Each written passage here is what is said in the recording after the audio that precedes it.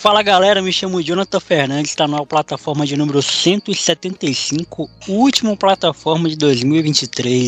Estamos aí já na reta final desse ano. Em relação à plataforma, tá, gente? Teólogo de Quinta continua aí, inclusive eu já dei spoiler que vai ter especial de Natal esse ano mais uma vez com o Derek e Andressa Estevam, que estiveram aqui ano passado. Foi muito legal, vocês gostaram muito, pediram inclusive que eles voltassem, eles vão voltar esse ano. A gente vai tentar fazer disso uma tradição aqui no podcast, assim como é o especial de ano do Roberto Carlos na Globo, tá ligado? Mais ou menos isso. A gente vai tentar fazer isso aqui, porque a Andressa e o Derek são pessoas que fazem parte da minha vida e do podcast de uma forma bem ímpar, então eu acho legal a presença deles aqui. Também como spoiler, deixar como spoiler aí, na semana que vem também tem um episódio especial, que é o episódio 400 do Teólogo de Quinta.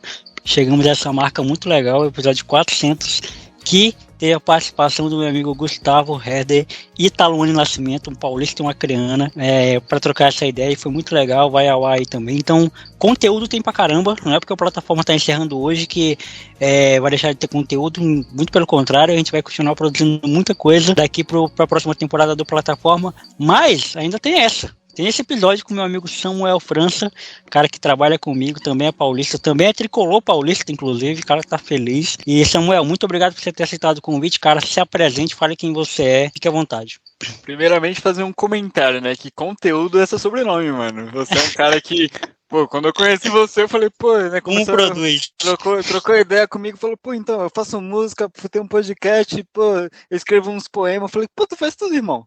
Pra mim, tu faz tudo. Pô, e segundamente que eu seria maluco se eu recusasse, né, mano? Você é um cara que a gente sempre vira e mexe trocando uma ideia ali no Discord. Pô, a gente sempre troca uma ideia, tipo, muito tranquilo. Então eu falei, pô, eu vou agregar bastante, né? Vai ser uma coisa que vai agregar bastante e expandir, porque eu vejo você como um professor, né? Falei, pô, o cara, ele pensa diferente de mim. Todo mundo que pensa diferente de mim tem algo a me ensinar. Claro, concordo. E isso aí já é legal, isso que você falou, porque, inclusive, até o que é parte do meu grupo de amigos, por exemplo. O meu grupo de amigos é um grupo que cada pessoa é diferente de uma delas, tá ligado? Tipo assim, todos são diferentes. Tenho amigos, inclusive, que gostam das mesmas coisas, mas dentro dessas mesmas coisas tem opiniões diferentes.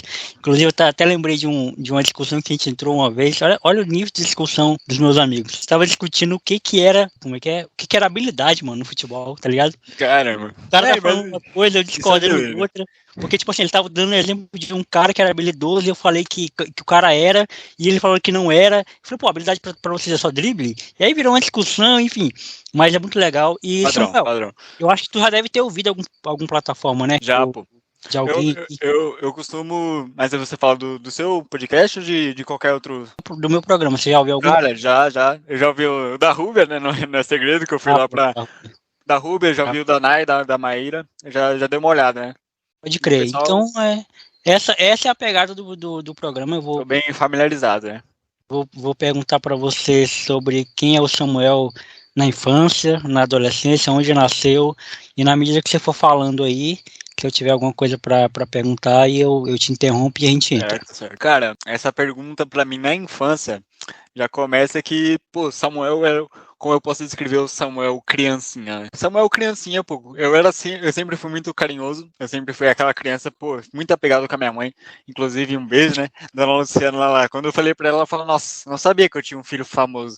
Falei, calma lá que eu ainda não estourei. Aquelas coisas. Então, é que minha mãe é aquelas senhoras de tecnologia que qualquer coisinha nova ela fala, uau, tá inovando, né? Mas enfim, cara, muito apegado com a minha mãe, uma relação mais masculina desde sempre com o meu pai, aquela relação tipo, pô, vamos jogar bola, pô, anda de bicicleta, pô, você apoiou na escola, pô, por que você não bateu no moleque? Uma relação bem padronizada em relação ao pai, mas fora isso, pô, uma infância bem padrão, moleque que jogava muito futebol na rua, até vinha a tecnologia me influenciar, porque assim, o que acontecia? Por mais que eu tenha hoje 1,60 e naquela época, sei lá, eu tinha, sei lá, 40 centímetros de altura, eu era criança, eu brigava muito, mano. Eu brigava direto, brigava por qualquer coisa. Pô, pisou no meu tênis, vamos sair no soco. Brigava muito. E isso irritava muito a minha mãe, né? Porque nenhuma mãe quer ver o filho chegando em casa cheio de hematoma. Aqui que a minha mãe, Dona Luciana, fez. Ela falou, pô, vou dar um computador pra esse moleque ficar em casa. Porque eu saía muito, mano. Eu estudava de manhã, e minha mãe trabalhava, pai trabalhava, e eu ficava sozinho em casa, tinha aquela independência, né? Então, ficava sozinho em casa, saía, ia jogar bola o dia todo, arrumava briga na rua, voltava pra casa. E ela falou, pô, vou te arrumar um computador. E aí eu acho que surgiu a minha paixão por tecnologia desde pequeno, né? porque, pô, eu tô apaixonado na área, hoje a gente trabalha numa área de tecnologia que eu sou muito grato também, porque eu tava numa área completamente diferente, né? Eu tava na farmácia, que também, pô, quando eu comecei lá, não sabia nada da área, não sabia interagir com o público. Eu era realmente, por mais que eu já tinha 17 anos, eu me sentia uma criança, né? Mas por parte da infância, cara, o que eu tenho para falar é que foi uma infância bem padronizada, bem feliz. Não tenho memórias tristes, tem alguns pontos assim, realmente, onde poderia ter sido melhor, mas a vida é assim mesmo, a gente sabe.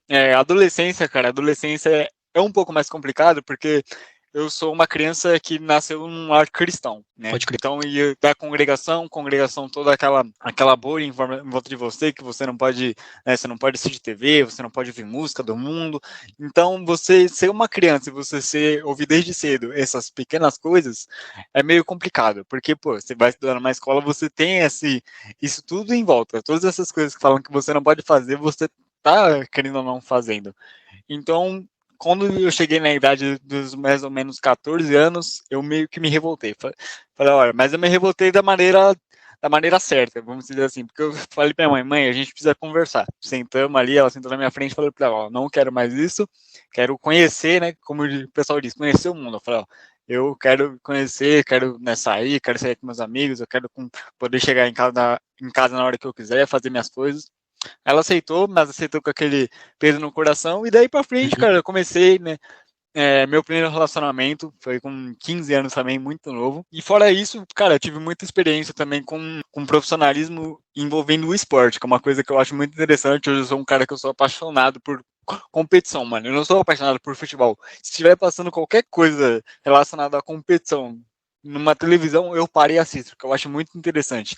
Tem poucas coisas na vida que eu acho que, pô, te dão a sensação de que é você competir em algo e você ganhar, né? Você se sentir, tipo, único. Fala, pô, eu sou bom nisso, né? Eu levo jeito, vou fazer isso, vou levar isso pra minha vida, né? Então, desde muito pequeno, pô, eu tentei entrar nessa área que eu falo, tipo, do basquete em si, que no Brasil não é popular, né? Hoje ainda... Sim. Hoje tem essa relevância, mas na época eu era muito novo, eu sempre fui esse moleque. Estudava na escola pública e sempre tem aquela galerinha do futebol. E aí eu falava, não, eu sou diferente, eu sou do basquete. Então eu sempre comecei a me isolar muito por ter esses pensamentos diferentes, por nunca querer fazer a mesma coisa que os outros. Isso desde futebol, basquete e desde outras coisas. Desde, pô, o pessoal é muito bom em português. Ah, vou tentar me esforçar em matemática, eu quero ser o diferente. Então eu sempre levei esse pensamento porque, pô, eu acho rotina uma coisa muito chata. Eu não sou um cara que eu me adapto à rotina. Vai chegar um ponto que se eu estiver fazendo aquilo todo dia, eu vou me cansar e eu vou falar, mano, eu preciso fazer alguma coisa para mudar, eu preciso sair disso. Então, eu acho que isso veio desde a minha adolescência, desde a minha meninice. Então, cara, eu comecei muito cedo a viver, a ir pra muito rolê, muita festa. Hoje eu sou um cara muito tranquilo, né? Por mais que eu seja novo, tenho somente 20. Hoje, um final de semana, eu prefiro minha casa, eu prefiro minha paz, eu prefiro descansar, né? Eu prefiro ter minhas metas, prefiro manter o meu corpo tranquilo, né? Porque eu vivo muito antecipado, né? Com 16, 17 já comecei a beber, me envolvi com algumas drogas ilícitas na juventude, mas fui desenvolvendo, e com 17 eu tive uma decepção que eu falo que foi minha primeira depressão. Minha depressão também veio por conta de um relacionamento, e aí eu acho que isso mudou grande parte do que eu sou hoje, porque eu levo tudo muito a sério.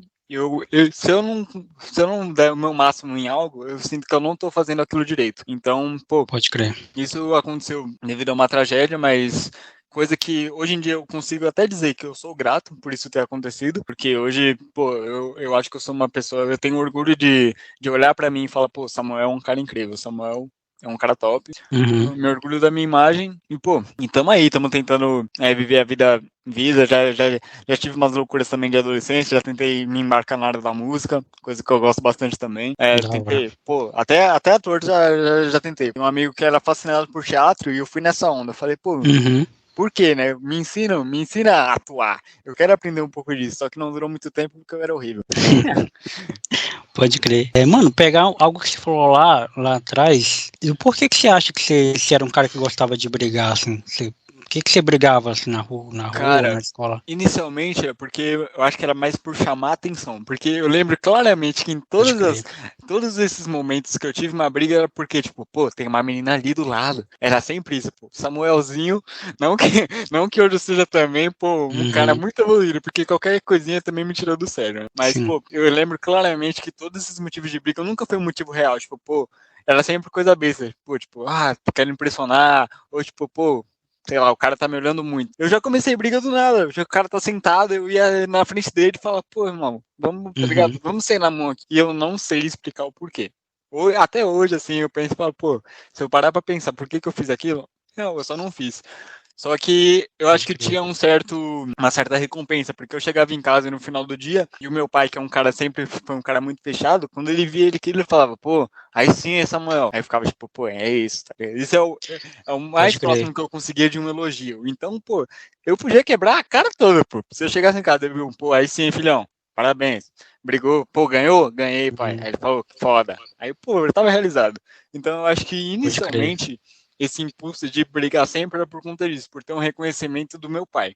Porque da minha mãe eu sempre tive. Da minha mãe, pô, eu faço Pode qualquer crer. coisa, né? Minha mãe já tá aqui. Esse moleque aqui, porra, é o Elon Musk do Brasil. Qualquer Uhum, coisinha, minha mãe já tá aqui. Mas meu pai, ele sempre foi um cara difícil. E pra mim é aquilo. Eu sempre, pô, por que que eu não, né? Por que que eu não consigo ter essa atenção? Então eu falei, vou fazer algo que chame a atenção dele. Então era isso, era brigar, pô. Era brigar, porque meu pai Mas também. seus pais são separados ou... Não, não, eles são juntos, só que eu ainda tenho essa relação, assim, hoje eu tenho uma relação mais equilibrada com ambos, só que Pode na crer. infância, tipo, é porque eu passei com um psicólogo, nessa meu episódio de depressão, eu Uhum, entrei nesse mundo, eu fui atrás de ajuda médica, e, pô, a mulher me desvendou, pô, ela descobriu, porque, tipo assim, inicialmente eu falei, pô, o que que eu pensava? Eu sofri um rompimento, eu falei, pô, uhum, tô com depressão por conta disso. Ela olhou pra mim e falou, pô, sua depressão não é por conta somente disso. Ela falou, pô, você tem isso, você tem episódios com seu pai, você tem episódio de aceitação com sua família, você quer se, né? Pô, e eu falei, pô, eu não sabia disso, tá ligado? E pode pra mim era crer. só por causa de um motivo, só que ela me desvendou. Então hoje em dia eu consigo ver que na minha infância eu procurava muito essa aprovação. Pode crer. Interessante, mano, esse bagulho, porque quando você falou do seu pai, pouco que me vejo também nesse bagulho, porque eu sempre fui um cara carente, assim, de pai, sabe? Carente da figura paterna.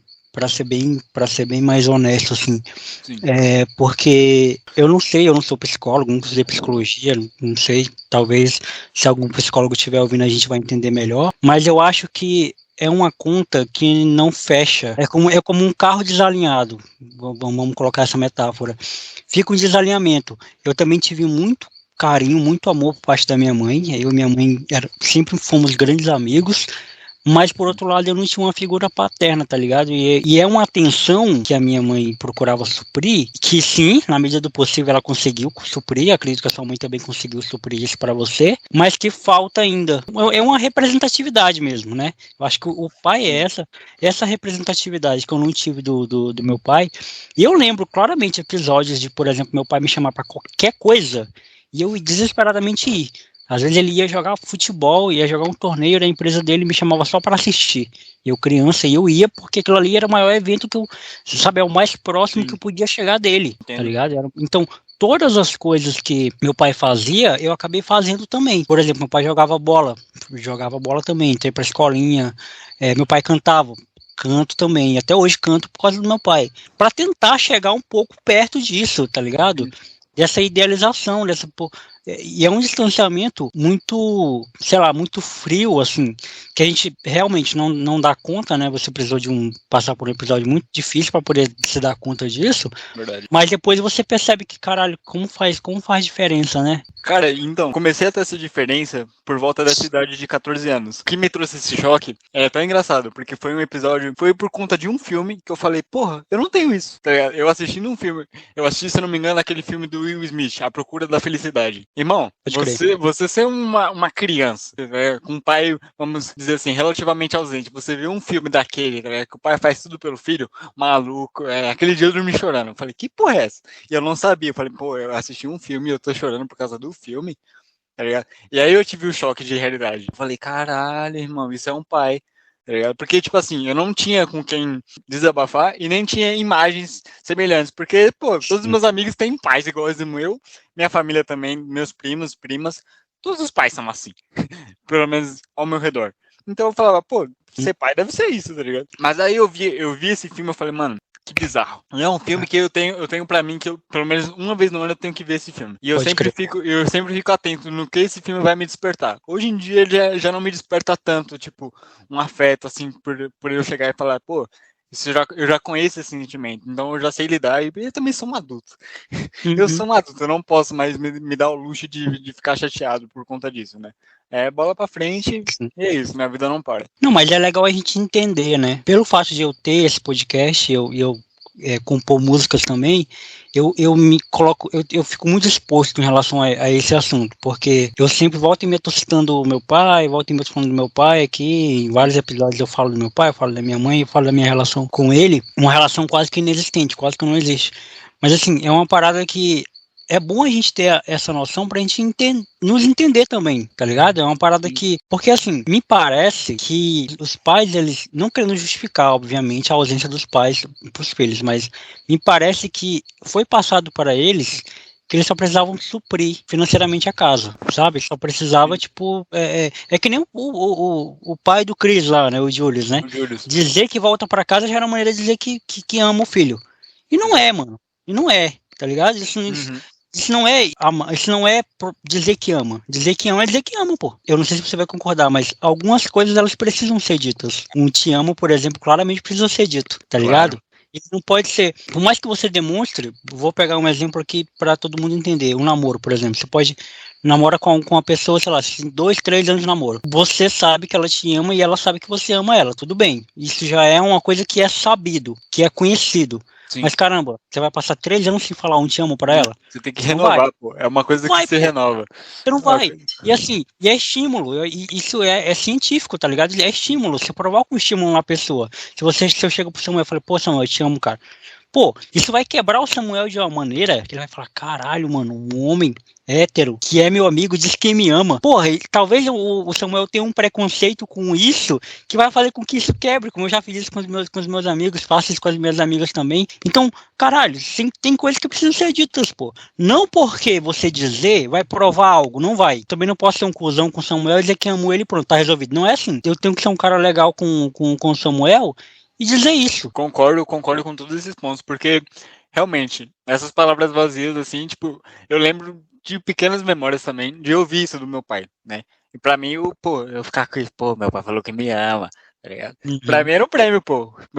Então, tipo assim, só que com o tempo, né, conforme o crescimento, você vai deixando de se apegar aos poucos a isso. Então, por exemplo, aquela criança que era carente do pai, eu comecei a falar, mano, quer saber, tá ligado? Foda-se. Com todas as letras. Eu falei, mano, tá bom. Ele é assim. Eu comecei a aceitar porque eu comecei a perceber que eu era assim também em quesitos da minha vida, tá ligado? Isso é por conta, acredito, né, não posso falar da criação dele porque eu não sei como foi, mas o pouco que eu sei também, o pai dele nunca foi um pai que falava eu te amo. Sim, exato. Então, por exemplo, só que é aquilo, quebrar o ciclo. Então eu já penso, pô, eu sou um cara que eu amo criança, inclusive eu tenho né, a minha afilhada, pô, a criança, pô, ela vem aqui, eu desmaio, pô. Eu não consigo ver uma criança quieta que eu falo, pô, eu tenho que pegar, eu tenho que abraçar, eu tenho que... Então já é da minha pessoa, mas... Hoje em dia, eu demorei muito tempo, porque por muito tempo eu supri uma coisa, raiva, ódio, eu falei, pô, perguntar pra mim, pô, Samuel, e aí, como é que é a sua relação com seu pai? Fala, pô, é um lixo. Hoje é aquilo, a gente tem mais uma relação, acho que de respeito e de amizade, tipo, pô, o Samuel tá no canto dele e ele tá ali no canto dele, mas não é uma relação de pai e filho, porque já é tarde demais, essa é a verdade, já é tarde demais pra correr atrás do prejuízo e falar, pô, vamos, tá ligado? Vamos correr atrás disso, vamos ser pai e filho. Eu falei, pô, agora não dá mais. Mas eu também não culpo, porque eu entendo, se um cara que nunca teve isso, como é que ele vai replicar isso? É difícil, né? É difícil. Você tem que procurar isso dentro de você, né, e replicar isso sozinho. Então, pô, é uma coisa que hoje eu não julgo, né, mas na minha infância eu senti falta. Pode crer. Cara, o que eu tenho mais pra falar da minha infância é que, tipo, cara, eu sempre fui essa pessoa, por mais que eu tive essas dificuldades quando eu era criança, cara, eu sempre fui muito feliz. Eu lembro que eu ficava feliz com pequenas coisas, pô, brincar de esconde de noite na rua. Irmão, eu amava. Uhum. E eu era bom, tá? Eu era craque, pô. Se tivesse Olimpíada disso aí, o ouro era meu. Papo reto. Eu era muito bom e gostava bastante. Eu sempre gostei desse toque físico, né? Até chegar o tempo de eu realmente ficar apaixonado na tecnologia e ver um PlayStation 2. Eu falo, mano, o que o homem fez, velho? Que criação incrível é essa que passou sobre a minha frente? E aí, cara, eu ficar alienado com jogos e tudo mais. Só que o peso que eu tinha sobre mim era sobre o quê? Eu sei aquela criança prodígio. Eu sei, pô, aquele moleque que é muito inteligente. Meus primos, sei lá, que não lia um livro e, tipo, liam gaguejando, eu já sabia ler completo. Isso pra minha família, tipo, pô, esse moleque vai ser alguma coisa. E quando, vamos dizer assim, eu me revelei e falei, pô, tá ligado? Sei lá, hoje eu vou faltar na escola porque eu quero ficar em casa. Já começou a criar, tá ligado? Então, minha família começou a me pegar no pé. Falou, Samuel, você não era assim. Eu falei, pô, mas agora eu sou. Então, eu acho que por conta de tudo isso que ocorreu, por mais que, como eu digo, dificuldades, pô, eu lembro claramente de mais momentos felizes do que momentos, tipo, tristes. Então, eu sou muito grato pela minha infância. E, mano, pela minha adolescência nem tanto, porque, pô, pensa num cara que fez merda. Eu fiz muita merda que eu falo, pô, que vergonha, tá ligado? Mas, inclusive, é isso que eu acho que molda as pessoas no final das contas. Então, tem que ser grato, né, por tudo. Não, papo reto. Eu também. Cara, esse bagulho que você falou, eu me identifico muito porque eu também sempre fui um cara muito acima da média, assim, tipo, quando eu falo acima da média, gente, é comparado às pessoas ao meu redor, tá? Não é que eu seja um gênio, longe disso. Mas assim, eu sempre fui um cara acima da média em comparação às pessoas que estavam ao meu redor. Então, por exemplo, na escola, no pré-escolar, eu aprendi a ler no pré-escolar, pô, no pré-escolar pra primeira, porque pra mim era muito óbvio as letras, tá ligado? Pra mim era muito, na minha cabeça, era muito óbvio ligar o B com O e o L com A fazia bola. Tá ligado? Eu não sei porquê, mas isso pra mim era muito entendível. Tá ligado? Isso era muito solúvel. Pra muitas crianças ao meu redor, não. Só que assim, chegou também uma época na minha vida e... Então, eu acho que você tá ligado naquela música do Baco, eu acho que é Intumira o nome da música, que ele fala a sua expectativa em mim está me matando. Cara, essa daí, ó. Tá ligado? Então, boa, sim, essa frase é muito foda, porque eu percebi que em um momento da minha vida, essa expectativa que as pessoas tinham em cima de mim, ela me sufocou muito. E aí eu volto pra minha mãe, né? A minha mãe foi a base para isso não ser sufocante pra mim. Porque, cara, é um bagulho muito interessante tocar nesse assunto, porque assim, só quem sabe do que você quer, tem uma construção social que faz com que todo mundo rume para o mesmo lugar. Sim. Que todo mundo tenha o mesmo sentido. Estuda, faz uma faculdade, casa, tem filhos, compra uma casa, compra um carro, morre, entendeu? É a vida padrão das pessoas. Ninguém pode sair desse padrão, ninguém pode tentar ser uma outra coisa, ninguém pode tentar um outro caminho.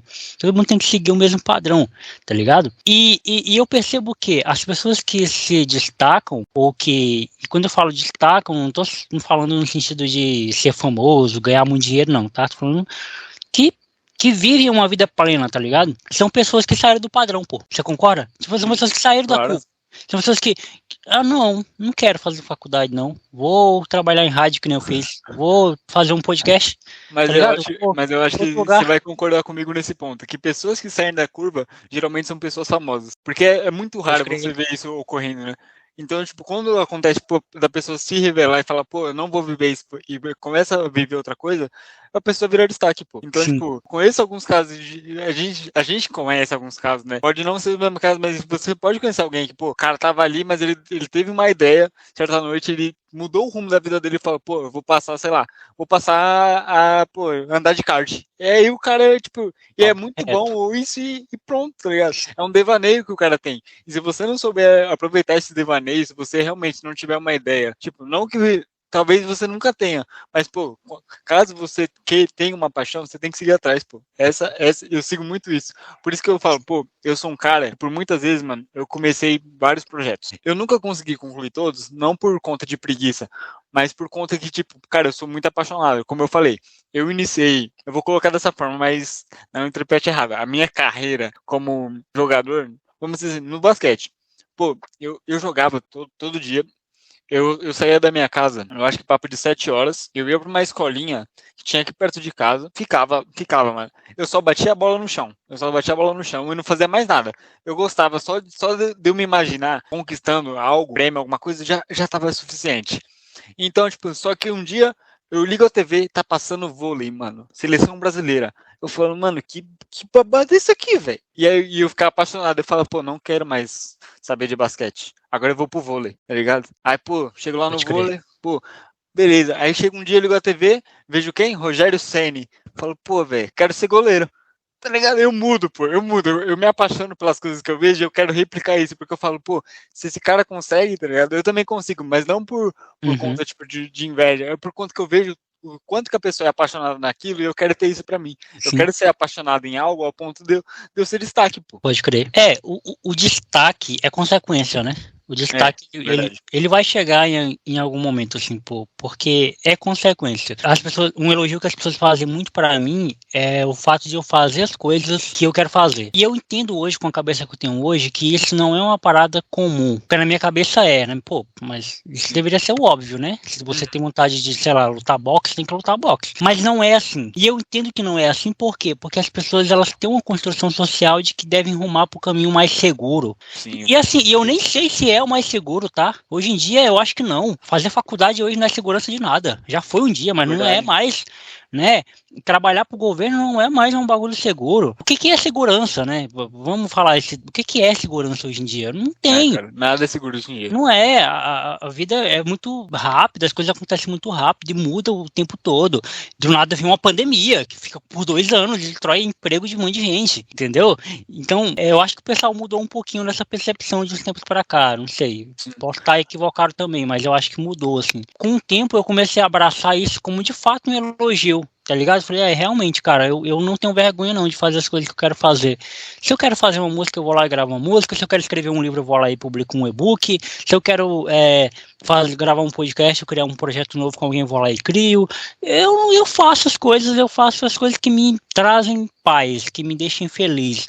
Porque eu acho que é uma forma de eu me sentir vivo, tá ligado? E eu acho que todo mundo deveria fazer um bagulho, porque isso dá paz, faz com que a pessoa se sinta viva. Porque senão você vai viver uma vida dos outros, né? Você vai viver o que os outros querem que você viva.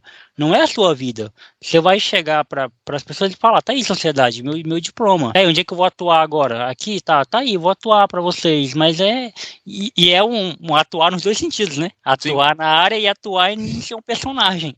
Exato.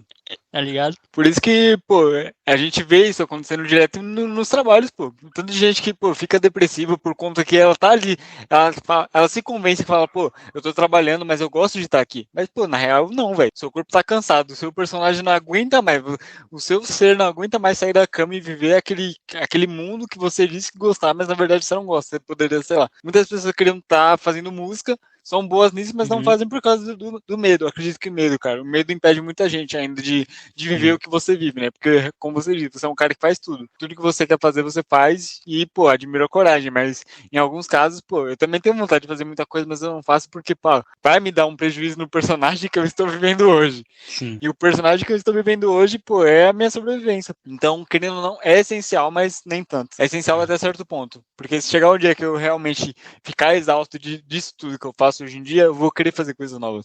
Eu vou, sei lá, pô, por que eu nunca, tá ligado? Por que eu nunca lancei um e-book? Pô, eu gosto de ler. Por que eu não, tá ligado? Não poderia escrever um livro. Então, pô, são coisas, né? Também tem uma parada de a gente colocar barreiras nas coisas, né? Eu acho que assim, a gente não. E sem saber, né? Esse é o pior de tudo. Eu até queria criar um podcast, mas, pô, eu não tenho um microfone, eu não tenho, sabe? A gente coloca essas... Sim, verdade.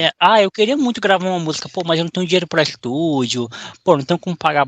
eu até queria, por exemplo, cantar na noite, mas não tenho um violão. A gente sempre coloca as barreiras nas coisas. Eu nunca falei isso aqui, acho que é a primeira vez que eu vou falar isso aqui publicamente, mas...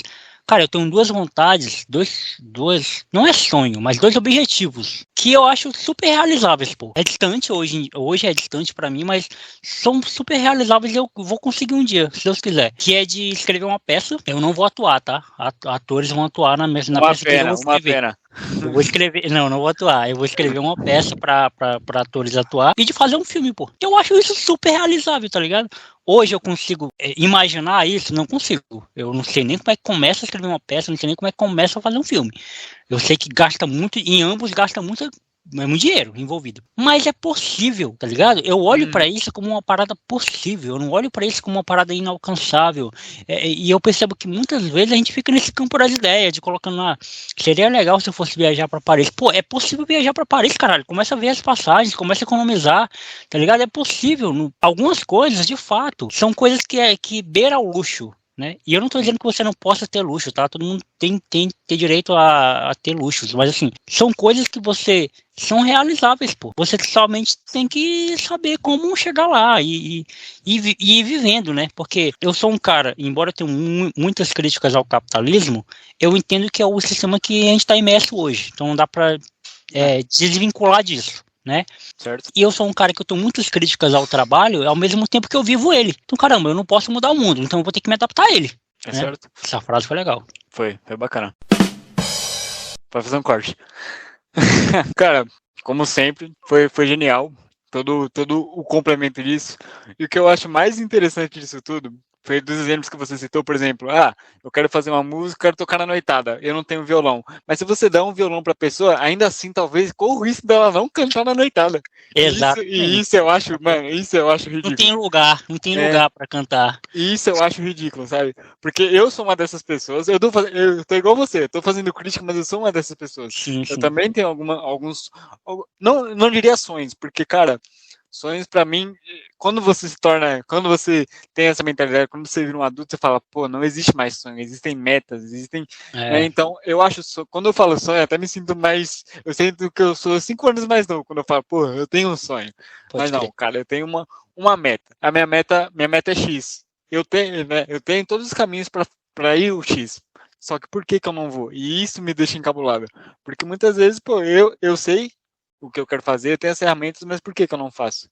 Ligado? E muitas vezes eu não tenho a resposta disso. Eu só olho pra dentro de você e falo, pô, será que eu tô com medo? Será que sei lá, porque, tipo, eu vejo que o medo é o principal. Como eu falei, tem barreiras que a gente coloca, como você disse, pô, não tem um violão, mas e aí, se eu te der o violão? Né? É igual aquilo, pô, não quero ir pro rolê hoje. Porque, sei lá, minha avó tá doente. Pô, mas aí, né, deixa ela com alguém responsável, dá um remédio pra ela, vamos sair. Fala, então. Aí de tanto você ser pressionado que você solta a verdade. Eu acho que o que falta para as pessoas é isso, é ser sincera. Fala, pô, você tem tudo, mas por que você não faz? Aí você vai ter a resposta sincera da pessoa. Ela chegar e falar, pô, não faço por conta disso aqui, ó.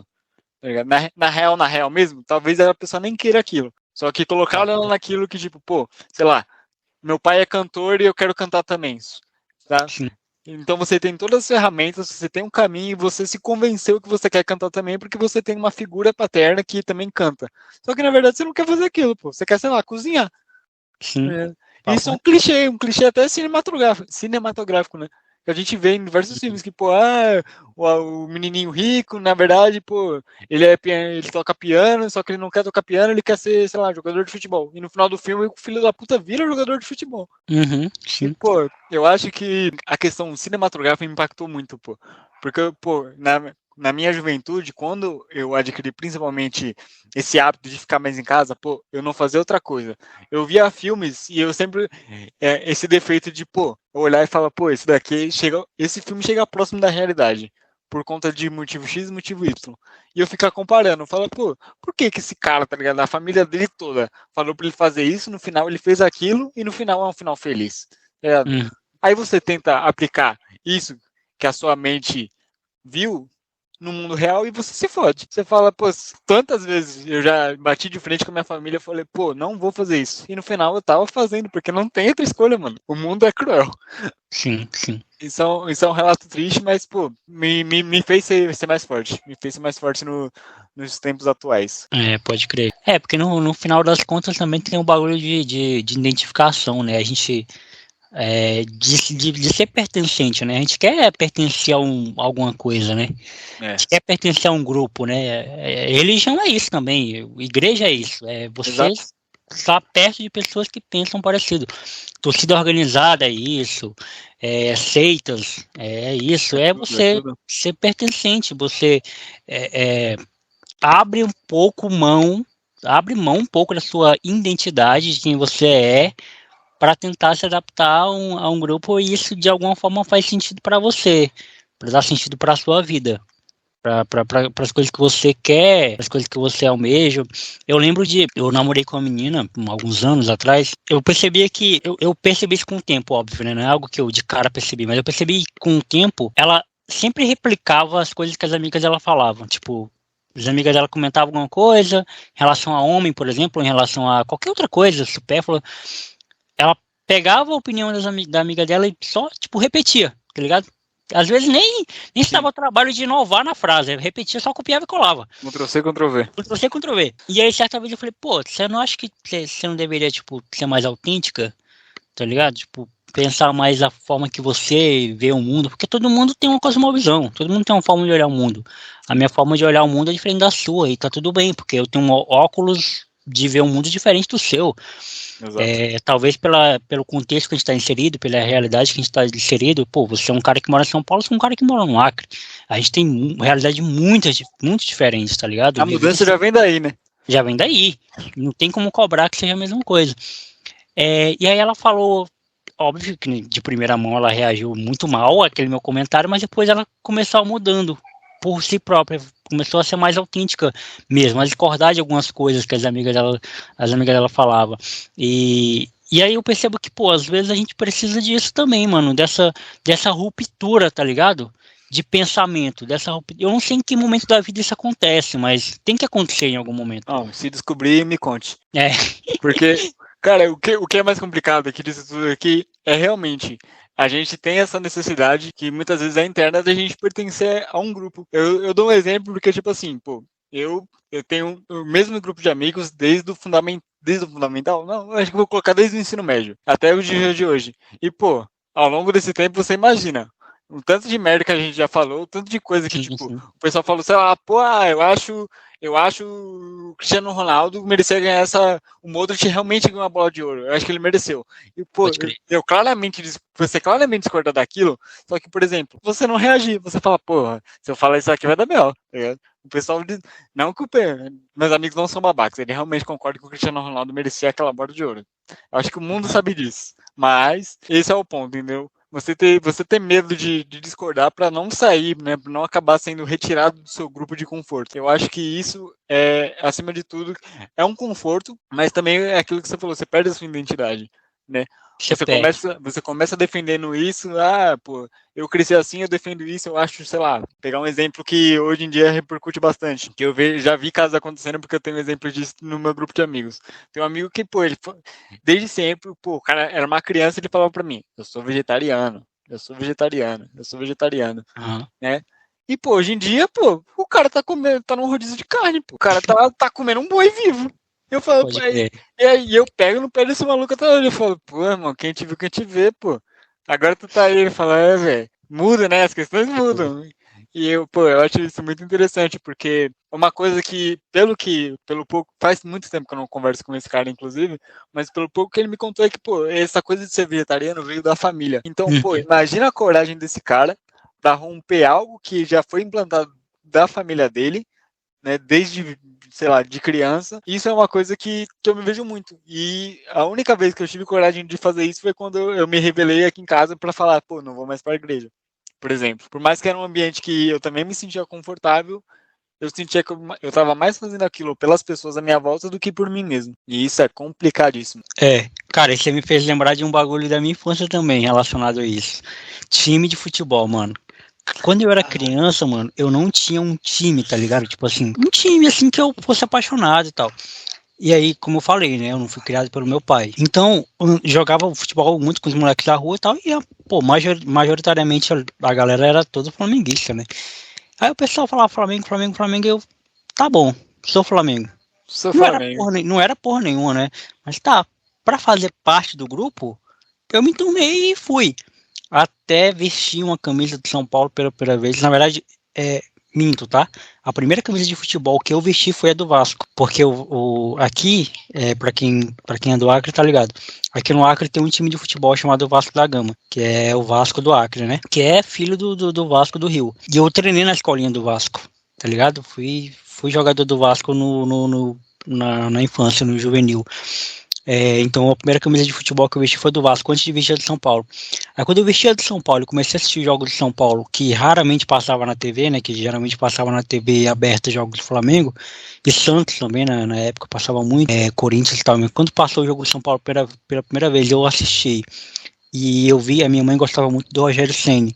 Vi meu pai também falando do São Paulo, eu falei, caramba, eu acho que é esse time aqui que eu gosto. Sem nenhuma influência externa, tá ligado? Sem nenhum, tipo, sem minha mãe falar, vem assistir jogo do São Paulo. Sem meu pai falar, vem... Cara, isso me sugou, tá ligado? Ao invés de eu ir em encontro ao São Paulo me chamou pra ele, me atraiu. E aí, é isso que eu falo, cara, assim, tô dando um exemplo de um time de futebol, mas que isso pode ser aplicado a muita coisa da vida. Tem coisas que você gosta, que você se identifica, não é porque você foi atrás, é que isso te chama a atenção de uma maneira diferente, tá ligado? É por isso que não dá pra gente pegar a nossa vida e colocar no mesmo balaio da vida de todo mundo, que não é assim que funcionam as coisas, tá ligado? Não é assim que o mundo funciona, não é assim que, eu gosto de bolo com recheio de macaxeira, de mandioca.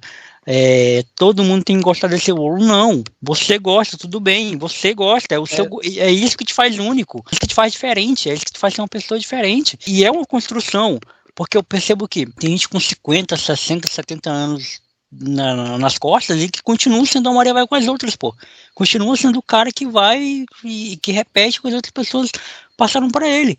E hoje em dia isso ainda é mais perigoso, porque hoje em dia com as redes sociais, com os youtubers da vida, tem muito coach falando isso para as pessoas, tá ligado? Tem muita gente falando, você tem que ganhar o seu primeiro milhão com tantos anos. E não, porra, eu tenho que pagar minhas contas do mês. Como é que eu vou conseguir ter 1 milhão? Exato. Tá ligado? Vai tomar no cu.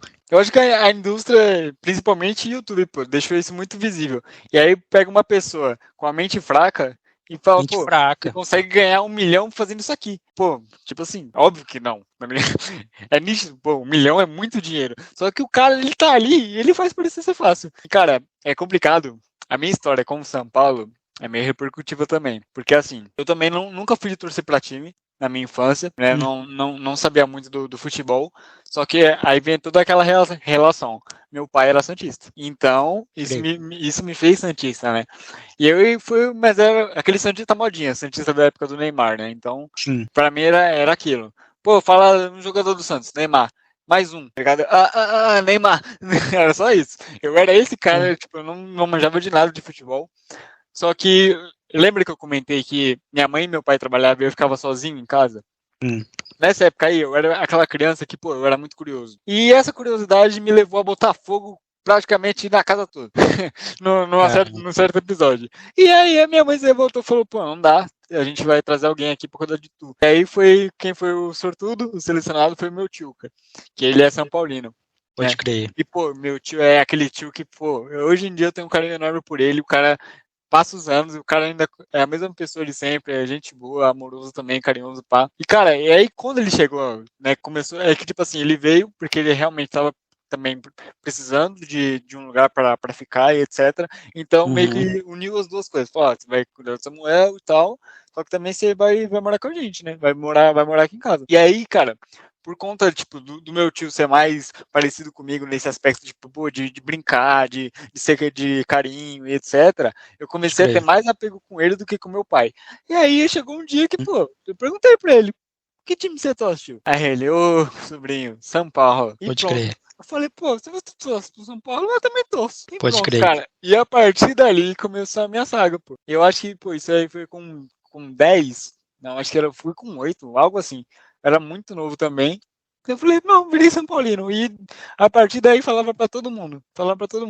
Sou São Paulino, e pronto. E ficou, cara. Por mais que, né, altos e baixos, que a gente ficou um tempinho aí, né, sem ganhar nada, a tristeza era forte, mas ainda assim, é aquilo. São Paulo também veio pra mim dessa forma, porque, eu via o São Paulo naquela fase e eu ficava puto, mano. E aí, tipo, minha mãe vendo eu ficar puto, falava, mano, tu tá puto por causa de futebol, tá ligado? E eu ficava, e por um tempo eu me questionava, eu falava, mano, eu tô puto por causa de futebol, tá ligado? E, isso tomava conta de mim, eu falava, é real, mãe, eu tô puto por causa de futebol, cara. Um bagulho que na minha cabeça, eu não tento racionalizar, ligado? Eu tentei, eu juro que eu tentei por um momento. Mano, eu vou te falar. Nunca dá.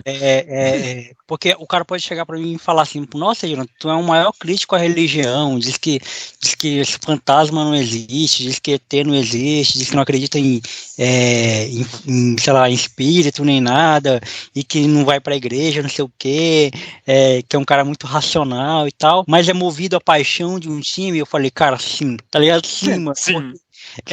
Se o cara chegar pra mim, por exemplo, vamos chegar, porra, tu tá emocionado com 11 caras correndo atrás de uma bola, 22 caras correndo atrás de uma bola, tu tá... Porque assim, se tu for parar pra pensar, Samuel, o que é um time, mano? Cara, pra mim tem um significado muito forte. Time pra mim, eu levo muito do pessoal, porque eu sempre tive muitos...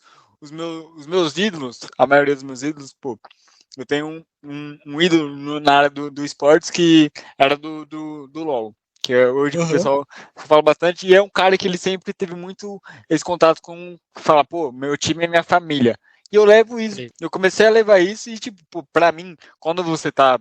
Também é uma forma de pertencimento, né? Exato, fazer parte. Exato. Só que, tipo assim, tem momentos, por exemplo, eu sou um cara que eu vivo falando isso, falo, pô, velho, tipo, eu sou apaixonado por basquete, falo, pô, se me colocar nesse time aí pra jogar, eu jogo de graça. Tá ligado? De tão apaixonado que eu sou. Eu acho que, tipo, esse sentimento que toma muitas pessoas, né? Mais do que o dinheiro, mais do que tudo. Eu acho que um time é isso, pô. É a família, é o pertencimento, é você tá correndo pelo cara que tá correndo junto com você. Você querer conquistar algo com uma pessoa é um laço muito forte. Né? Tá todo mundo na mesma página para um objetivo só, que é, tipo, pô, a vitória, é o título, é o campeonato. Pô, isso, tá ligado? Pô, move montanhas. Papo reto. Não, quando eu perguntei assim, o que é um time, foi no sentido de, tipo assim, o que é o escudo, tá ligado? Cara. O que é o São Paulo Futebol Clube? Porque assim, o São Paulo Futebol Clube de 2011 não é o mesmo de 2023, mas é o mesmo São Paulo. Mas é o mesmo São Paulo. A gente é apaixonado pelo quê? Pelos jogadores? Eu acho que não, a gente não é apaixonado pelos jogadores, a gente é apaixonado pela instituição. Mas o que é essa instituição, tá ligado? Então, tipo assim, é algo que não dá, racionalmente, não dá pra explicar mesmo, não. É muita paixão. É sentimento envolvido, tá ligado? São Paulo é sentimento, né? Não São Paulo é sentimento, papo reto. Não tem jeito. Por exemplo, se você chegar... vou dar um exemplo que vai ficar mais foda do que eu tô querendo dizer. Se você fala, pô, você vai namorar com essa pessoa. Você aceita namorar com ela? Sim. Só que tem uma condição. Você não vai poder ter nada físico com ela. Você não vai poder beijar ela, nem transar com ela, nem nada disso. Você só vai namorar com ela. Você aceita? Sim. Eu acho que é isso que a gente faz com um time de futebol, pô. A gente aceita ter uma relação com um bagulho que a gente não sabe o que é, pô. Tá ligado? A gente aceita. Não tem como definir, não tem como definir. Não tem como definir. É minha namorada, pô, é o time que eu torço. O que é esse time que tu torce, cara? É esse time aqui que me move, pô, que me faz ficar puto, que me dá alegria, que me faz...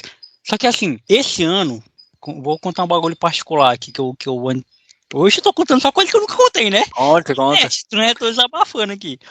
Mas, bom que meu episódio fica valorizado. Vai ficar valorizado, vai ter muito vai encher de corte aqui, de todos os cortes, vulgo eu mesmo. Fique preparado para editar os cortes aí. Mas esse ano, o título da Copa do Brasil tem um significado ímpar na minha vida. Mais uma vez a gente volta pro bagulho do pai, tá ligado? Meu pai que me fez tricolor. Esse ano a gente fazia tempo que eu não falava com ele, tá ligado? De não ligava, não conversava com ele nem por vídeo, nem por nada. E nesse ano, com a final da Copa do Brasil, a gente fez uma chamada de vídeo um pro outro, tá ligado? E a gente, pô, eu deveria ter tirado print desse momento. Não tenho. E assim, meu pai já tá velho, tá ligado? Meu pai já tá com a idade já mais pra lá do que pra cá, tá ligado? Não é mais novão. E esses picos de momento que eu tenho com ele, esses pequenos momentos que eu tenho com ele, que eu já, assim como você, ô Samuel, eu também já abracei a ideia de que isso não vai mudar, tá ligado? Não tem como mais, assim, depois eu já adulto, eu já um homem formado, ele já um homem já, não tem mais a gente, nossa, vamos aqui mudar a chavinha, vamos ser pai e filho, não dá mais, né? A gente já viveu coisas, a gente já construiu a nossa identidade, a nossa vida, que não tem mais como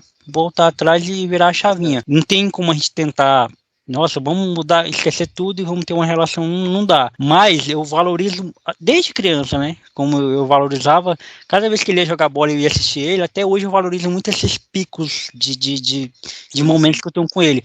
E esse momento foi muito emblemático por isso. Então o título da Copa do Brasil de São Paulo tem muitos significados para mim, entre eles esse, tá ligado? De reaproximação com meu pai, assim, Bacana, mano. de ter esse momento, assim, de voltar. E aí que eu falo, e aí onde as pessoas falam, né, de que futebol é muito além disso. No futebol é sentimento, tá ligado? Futebol é muito...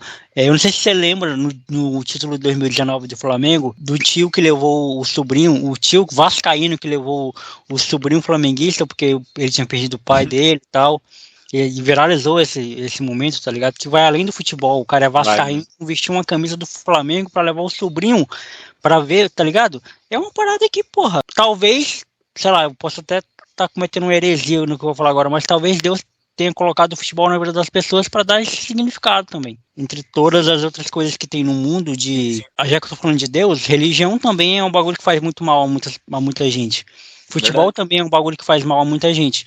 Mas religião também traz conforto para muita gente, assim como o futebol. O futebol também traz muito conforto. Exatamente. Tá ligado? O título do Fluminense, por exemplo, esse ano, que caramba, quantidade de gente que ficou feliz com esse título e que a vida da pessoa, tá ligado? Quando você individualiza o bagulho, você percebe que as histórias que tá em torno é muito real, tá ligado? Faz muito sentido. É que eu acho que nesse caso as pessoas, elas medem muito o sentimento. Por exemplo, pra gente, pô, um título de campeonato pro São Paulo significa muito. Mas, por exemplo, sei lá, pra minha mãe que de fora, quando ela viu comemorando o título, ela falou, pô, esse moleque ficou louco. Sim. Eu falei, pô, é que você não vai entender o significado que isso tem pra mim. O mesmo é que eu não vou entender o significado que tipo, a religião tem pra você. Por mais que eu esteja nesse meio, eu ainda, eu tive esses picos também dentro da religião, onde eu falei, pô, esse lugar é bacana. Só que hoje em dia, também eu tô mais recuado, né? Você lembra que no começo, quando você me conheceu, a gente trocava aquela ideia, e, pô, naquela época ali, o quê? Meses atrás, pô, eu tava daquele jeito. Eu tava indo todo dia, eu tava, pô, é um lugar que, mas tem picos. Tava imerso, né? Tava imerso. Porque realmente é um lugar que traz conforto. Só que a partir do momento que, pô, você para de sentir esse conforto, eu falo, pô, não faz sentido eu estar aqui.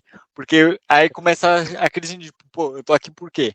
Aí eu falo, aí minha mente já trazia, pô, você tá aqui por causa da sua mãe. Sua mãe tá vindo, você tem que vir também para acompanhar. Só que eu falei, pô, eu já não sou mais uma criança. Eu já sou um adulto, então, tipo, eu não tenho mais essa obrigação de, pô, vou fazer isso por causa da minha mãe para agradar ela. Eu falei, pô, mas eu não tô indo mais, já tô um pouco mais recuado, tô afastado, mas, pô, tô seguindo minha vida, tô feliz. Ela também tá feliz com as minhas conquistas. Então, cara, eu acho que é isso. Isso se aplica tanto pra felicidade, tanto pra tristeza. Sim, porque, pô, eu já vi comentário inclusive, de um grupo desses meus amigos, tipo, e o pessoal fala, pô, você ficou sabendo que pô, uma menina do nosso bairro, tipo, se cometeu suicídio porque o cachorro dela morreu, tá ligado? E o pessoal falou, pô, eu não entendo isso. E eu falo, pô, eu também não entendo, mas, pô, você tem que respeitar a dor da pessoa. Pra gente é o quê? É um animal, pô, é uma coisa que talvez não traga um significado tão enorme pra, tipo, pô, vou perder isso, vou me suicidar. Mas pra ela tinha algo, entendeu? Pra ela isso se aplica pra mim dos dois jeitos, né? Tanto se você acontece uma coisa ruim na sua vida e você, tipo, como eu posso dizer, te maltrata muito, uma coisa que tipo, vai te fazer mal muito, é uma coisa sua, pô. É uma coisa sua. É a mesma coisa de felicidade, pô. Ah, pô, sei lá, achei, pô, sei lá, chutei uma bola hoje na rua e, pô, isso me trouxe muita felicidade. São pequenas coisas que só você vai poder dizer, fala, pô, por que isso te trouxe felicidade? Então é por conta disso, né? Eu acho que, cara, pra mim tem muito significado também esses pequenos momentos, porque eu acho que, inclusive, principalmente com a família, você vai colecionando esses pequenos momentos e aí você cria a pessoa que você é hoje. Isso aconteceu com você e aconteceu comigo, porque hoje em dia, não é tão frequente eu ter esses pequenos picos de felicidade, mas eu preservo os que eu já tive com meu pai. E, pô, hoje em dia é aquilo, como eu falei, não é uma das melhores relações, tipo, de pai e filho, mas é uma relação, tipo, pô, de homem pra homem. Dele chegar e falar, pô, se você precisar, eu tô aqui, e eu falar pra ele, pô, se você precisar, eu também tô aqui, tá ligado? E é isso. E se encerra, porque, pô, adultos, né? Sim, papo reto. Exatamente, mano. É esse significado que as coisas têm, tá ligado? Essas simbologias, né, digamos assim, que as coisas têm na vida das pessoas. E eu também fui um cara que aprendi a respeitar esse bagulho, tá ligado? Por exemplo, vou falar de signo. Signo é uma parada que eu não acredito, mas de um tempo pra cá, até a influência do meu antigo relacionamento também, eu passei a olhar para isso de uma forma mais branda, Tá ligado? Até pra própria religião também. Eu sou um cara que. Eu sou muito crítico à religião, né? A igreja e tal. Então, eu sou um cara visto como anti-igreja, anti-religião.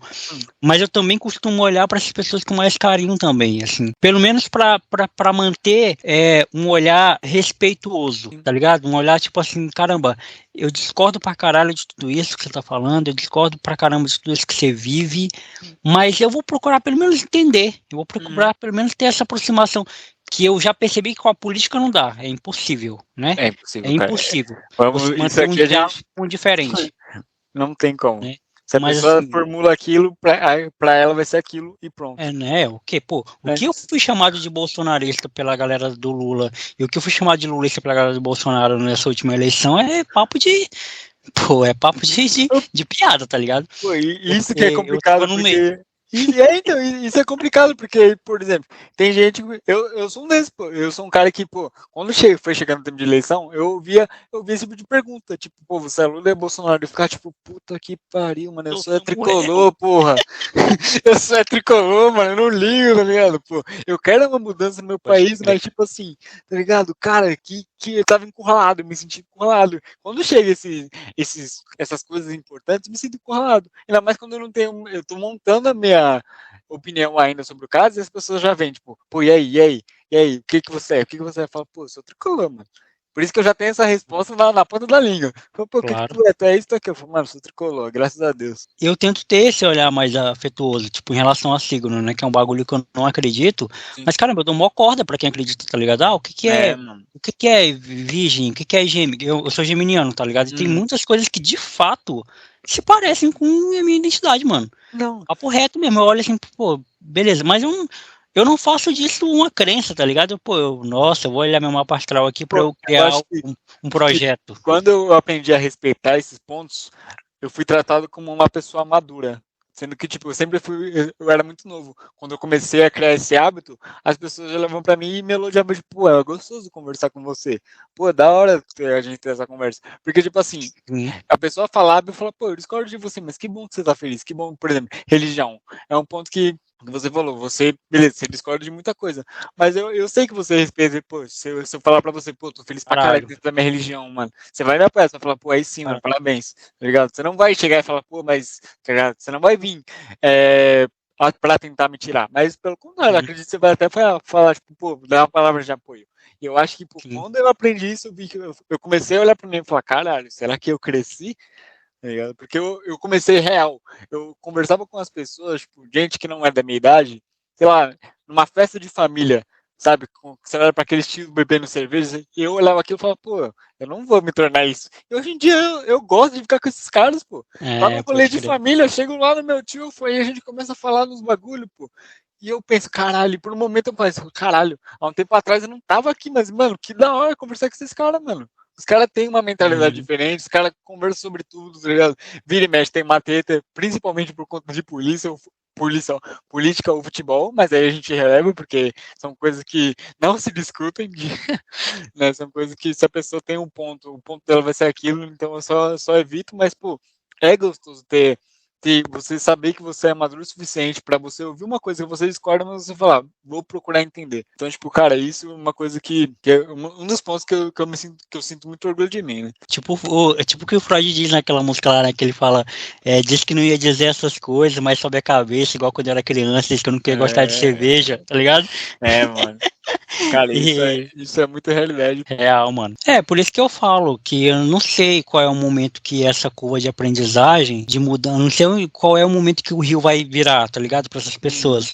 Mas tem que ter, mano, esse momento, tá ligado? Esse momento ele tem que existir. Essa chave tem que virar um dia. Uma hora chega, você tem que deixar de ser babaca um dia, pô. Além disso, né, você tem que se perceber como um, tá ligado?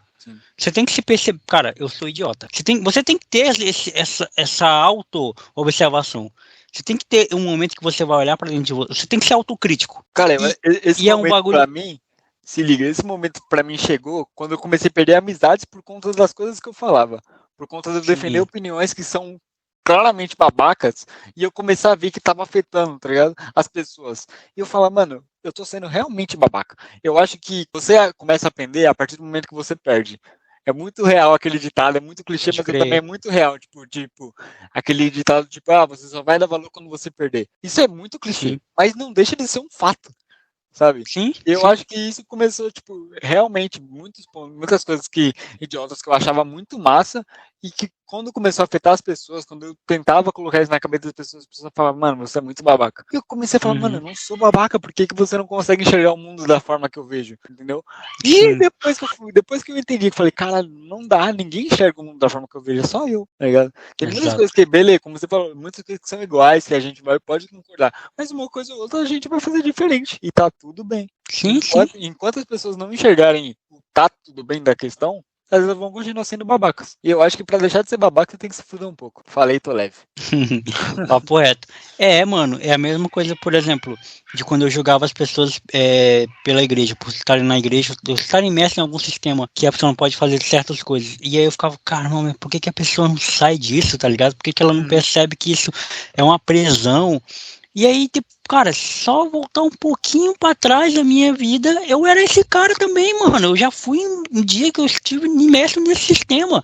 Eu era um crentezão quadrado, que não ouvia música do mundo, que fazia tudo que a igreja mandava. E por que eu mudei e essa pessoa um dia não pode mudar? Ou por que a pessoa não pode se sentir feliz ainda nesse momento, tá ligado? É por isso. E aí, quando você pega isso e aplica as outras áreas, as outras coisas da vida, você começa a ver que não é assim, tá ligado? Tem um bagulho que acontece comigo, eu não sei se acontece contigo também, que é muito real, mano. Quando as pessoas falam assim, quando eu falo que eu não gosto de certa comida. Tipo assim, eu não gosto disso.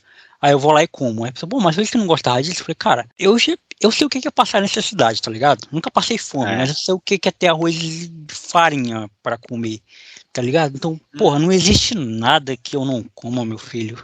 Tá ligado? Não é um bagulho que... Pô, não tenha nada que eu não vou colocar no meu, só tem, vou falar duas coisas que eu não gosto. Só tem quiabo e maxixe, duas coisas que eu não gosto. Caramba, mas se tu dá uma refogadazinha legal e botar no meu só tem isso. Então, dá uma refogadazinha e coloca aqui que o pai vai abraçar. Tá ligado? Porque, mano, você entende que quando você experimenta o lugar da escassez, tá ligado? Quando você experimenta a escassez e aí você vai pra um lugar que nem, por exemplo, acredito que é o mesmo momento que tu tá vivendo na tua vida. Um lugar que não tinha tanta condição financeira, agora você tem um pouquinho, tá ligado? Sim. Você não tem mais medo de voltar pro lugar de escassez, porque você já veio de lá. Você sabe o que é viver com um pouco. Então, caramba, não vai ter nada. Pô, o pessoal fala, mas tu não tá gastando muito dinheiro não, bebendo demais, não tá... Cara, eu nunca tive isso, tá ligado? O meu comum é não ter isso. Então, caralho, se eu voltar pro lá, é voltar porque eu vivi a vida toda. Isso não vai me mudar em nada, isso não vai fazer com que eu seja mais babaca, isso também não vai ser com que eu seja mais rico, ou vai fazer com que eu perca minha identidade, ou vai fazer com que eu mude. Cara, eu já experimentei o lugar de escassez, eu nunca experimentei o lado bom da coisa. E é uma sensação que a gente tem de que a gente não pode experimentar o lado bom, tá ligado? A gente tem sempre que viver na base da escassez, sempre com o salário mínimo, sempre com o mínimo do mínimo. A gente não pode nunca experimentar uma comida mais gostosa. Todo mundo pode, menos a gente. A gente não pode, porque isso é luxo. Sabe qual é o pior de tudo? A gente ouvir esses comentários do tipo, você tá gastando muito dinheiro, você tá fazendo isso demais. Sim. Ouvir isso da nossa própria classe. Porque, cara, exato, tipo assim, eu tenho fortes exemplos de, tipo, eu sinto isso, a felicidade incomoda. Você tá feliz, é aquilo, tá ligado? A pessoa, ela vai chegar do seu lado e falar, mano, eu quero que você suba, quero que você cresça. Só que quando chegar realmente o tempo de você crescer e não for o tempo da pessoa crescer junto com você, ela vai olhar e falar, esqueceu as origens, vai falar esse tipo de comentário para, tipo, tentar diminuir a importância que você teve. Eu ouvi isso muito, inclusive até quando eu comecei a trampar na Evo, eu comecei a ouvir, por conta de uma porta de emprego melhor que eu tive, tipo, eu fui sujeito a piada, tá ligado? Eu fui sujeito a muito comentário do tipo, agora virou boy. Eu falei, mano, é literalmente como eu virei boy porque, tipo, eu vou continuar trabalhando, mano, eu vou trabalhar, tipo, um horário, tipo, das 1 às 10, vou perder a minha tarde toda, tá ligado? Eu vou trabalhar de segunda a sexta, igual você, tá ligado? Beleza, eu vou ter o conforto da minha casa, um privilégio. Só que, mano, eu ainda continuo aqui, tá ligado? Isso não vai mudar minha vida, tipo, vai me dar algumas regalias, tá ligado? Mas, eu ainda continuo aqui, mano. E mesmo que se um dia eu sair daqui, é aquilo, eu acho que por a gente ter crescido aqui, por ter se firmado no lugar que a gente tá hoje, a gente não acaba esquecendo. Porque, por isso que eu falo que, pô, dá dinheiro pra um cara que é pobre, tá ligado? Pô, o cara, ele vai, se o cara tem uma mente, tá ligado? Uma mente, pô, eu preciso dar uma quantia, vamos pegar uma quantia que, pô, dá pra mudar de vida. O que você acha? 1 milhão dá pra mudar de vida hoje? Se você der na mão de um cara? E dá pra um cara que realmente, o cara ele sabe, ele fala, pô, eu tenho essa oportunidade. O cara não vai ver aquilo só como dinheiro. Às vezes sim, porque o cara fica cego, tá ligado? Mas, pô, o cara vai ver isso como uma oportunidade e fala, pô, com esse 1 milhão aqui eu mudo minha vida, pô. Tá ligado? Mas principalmente é aquilo. Ele vai ter o que ele nunca teve primeiro, pra depois ele falar, beleza, agora vamos lá, agora vamos fazer o que é certo. Mas, pô, é isso. Porque, pô, as pessoas esperam que o quê? Que você tenha uma opção melhor, tá ligado? Tem uma condição melhor que você não aproveite nada. Pô, claro que a gente tem que aproveitar, mano. Você tem pessoas que tem que aproveitar é a gente, tá ligado? Porque a gente vive nisso o dia todo, a vida toda, a gente viveu nisso. Pô, eu sou igual você, eu nunca tive necessidade, só que tem coisas que, pô, eu vi as pessoas ao meu redor tendo e eu falo, pô, por que eu não tenho? E aí eu questionar isso em casa e falo, pô, a gente não tem condição, tá ligado? E agora, adivinha, eu tenho a porra da condição, tá ligado? E agora, tipo, eu ainda me sinto atrasado, porque hoje em dia eu tenho coisas que pessoas mais novas, nos anos anteriores, já tinham, tá ligado? E hoje em dia as pessoas olham e falam, pô, mas isso aí é desperdício. Eu falo, como que é desperdício, mano? Tá ligado? Eu tô atrasado ainda. Eu tô tendo o que você já teve, tá ligado? Então, tipo, mano, esse julgamento me deixa um pouco irritado, só que é aquilo, a gente sempre releva tudo, né? Fala galera, o Jonathan do futuro veio aqui pra avisar que neste dia que eu gravei com o Samuel, faltou luz na minha casa. E aí quando voltou, o Samuel já tinha ido dormir, né? Que como vocês sabem, nós temos 2 horas de diferença, o Acre para São Paulo. E aí ficou para outro dia. Então a gente continuou a gravação em outro dia, então por isso que a conversa vai ficar assim meio sem continuação. Então só para explicar aí que o que vocês vão ouvir agora é continuação do mesmo episódio, só que foi gravado em outro dia, em outro time. E é isso, mas continuem aí ouvindo esse episódio que tá muito massa.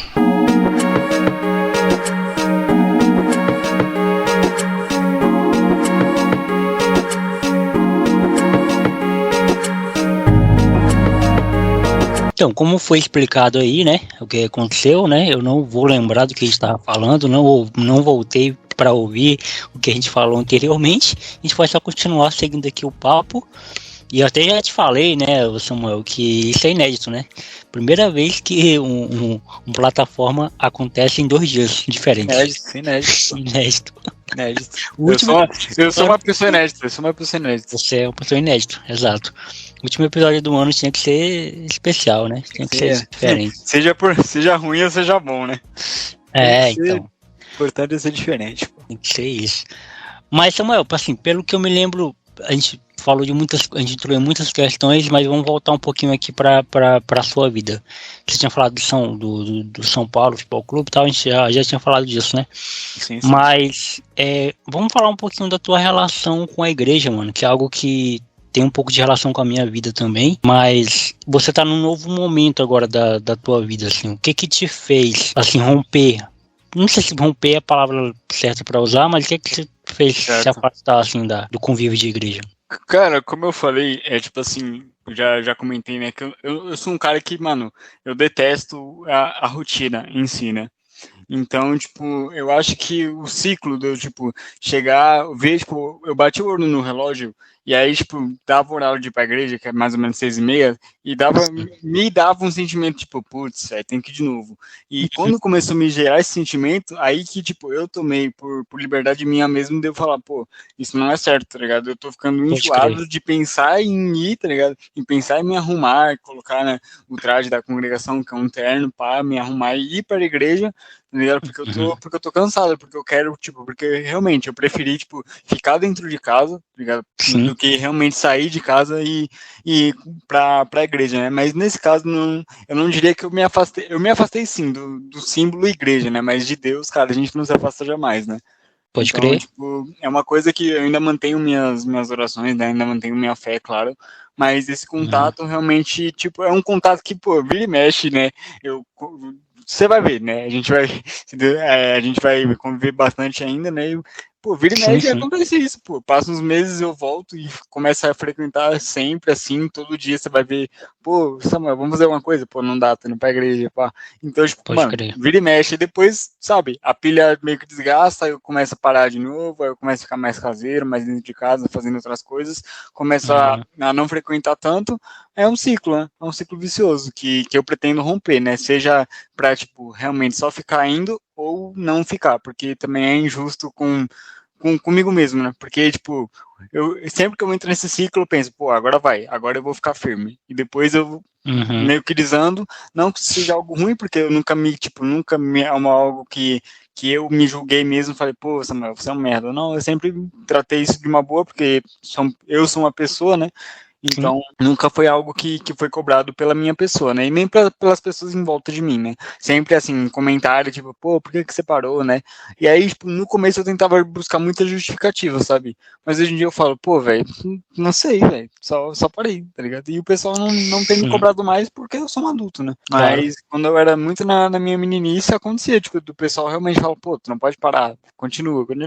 E eu continuar, mas continuar daquele jeito, tipo, pô, acordar nos domingos, acordar nos sábados e pensar, tipo, pô, hoje eu tenho que ir pra igreja.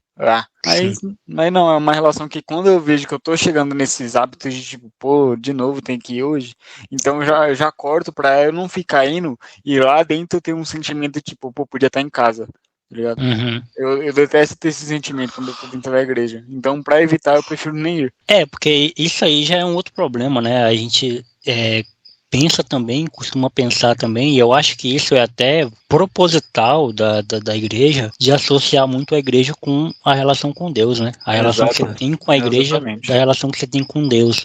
Então, fazer parte de uma igreja necessariamente significa que você está tendo uma relação com Deus. Sim. E a gente sabe que isso não é, se isso é verdade, isso não é 100% verdade, porque tem muita gente que está e não tem uma conexão nenhuma com Deus. Eu falo por mim mesmo, por experiência própria. Vivi vários anos na igreja sem nenhuma experiência com Deus, sem nenhum contato com Ele. E eu consegui ter contato com Ele de fato, assim, bem presente mesmo, bem intrínseca, quando eu me desvencilhei da igreja, assim, quando eu saí do sistema religioso, assim, de toda forma. Não estou dizendo também que é algo padrão, né? Todo mundo vai passar pela mesma experiência que eu, mas comigo foi o que funciona, porque foi o que funcionou. Inclusive foi até uma conversa que a gente já teve internamente, né? Você e eu, porque tem muitas coisas que a igreja planta dentro da gente que a gente leva muito como verdade absoluta, né? A gente leva muito como não, é isso mesmo. E a gente acaba fazendo coisas por osmose. Às vezes a gente não sabe por que a gente está orando, às vezes a gente não sabe por que a gente está jejuando, às vezes a gente não sabe por que está cantando aquelas músicas. E fica muito no automático. Certo. Tem um livro muito legal que eu aconselho a todo mundo que está nesse processo ler, é o Porquê Você Não Quer Mais Ir à Igreja. É um livro, é uma historinha, né, de um cara, de um ex-pastor, que encontra João, uma pessoa chamada João, né, que se parece muito com o João da Bíblia, o apóstolo João. Aí tem a historinha de que ele era um pastor, que recebia um salário, tudo bem, e tudo mais, e não tinha uma comunhão com Deus lá dentro. Era quase que uma empresa, era quase que um funcionário de uma empresa, mas ele não conseguia, tipo, ver as coisas, ver Deus agir naquele lugar, sabe? Certo. E ele encontrou isso fora de lá e começou a questionar muitas coisas do sistema religioso, que é o que eu tento fazer também, sendo um cristão fora da igreja, é questionar, sabe? É quase como se fosse como é que é aquele sistema lá político anarquia. É quase que uma anarquia religiosa, sabe? A gente não precisa de líderes, a gente não precisa de pastor, a gente não precisa de lideranças, a gente não precisa de sistema nenhum, a gente somente precisa de um dos outros. Então, a igreja que eu congrego, né? Quando eu falo congrego, me reúno há 10 anos, vai fazer 10 anos no ano que vem, é uma igreja que precisa um dos outros, mais nada. Então, por exemplo, Samuel, vai ter culto hoje, tal hora, beleza? Beleza. Fulano, vai ter culto hoje, tal hora. Pô, você pode ir? Pô, beleza. Então tá eu, Samuel e mais uma pessoa, 3 pessoas. Pronto, a gente faz o nosso culto ali. E é isso. Toda semana a gente ora um pelo outro, sem impor muitas regras. Repito, não estou dizendo que isso funciona com todo mundo, eu não estou dizendo que isso é para funcionar com todo mundo, eu não estou dizendo que é uma regra universal. Perfeito. Porque se eu estiver falando isso, eu vou estar fazendo a mesma coisa que a igreja faz. Mas é algo que funcionou. tá ligado? Sim. Comigo. Não só comigo, como as pessoas que estão comigo também. Entendo. É que no meu caso, assim, realmente, tipo, quando você é criança e tá dentro desse meio, você, tipo, eu realmente não entendia, né? Hoje, claramente, eu entendo e eu consigo, né? Diferente de você nas suas experiências, eu conseguia realmente sentir Deus dentro da comunhão, né? Dentro da igreja ali, estando rodeado de pessoas com o mesmo propósito. Isso me fez, tipo, ficar mais forte, né? E também eu realmente conseguia sentir, né? Tanto nos cantares dos hinos, nos louvores, na própria palavra, eu claramente comecei a notar Deus dentro desses lugares, onde realmente, fora dele, eu também consigo sentir, só que lá é aquilo, você entra com esse propósito, você entra com esse pensamento de tipo, pô, eu tô aqui pra isso, pra me desligar de tudo que, sei lá, do dia de trabalho que eu tive, né, da briga que eu tive com a minha namorada, com a minha esposa e tal, que eu quero, né, me sentir em paz com Deus, eu quero ouvir a voz dele.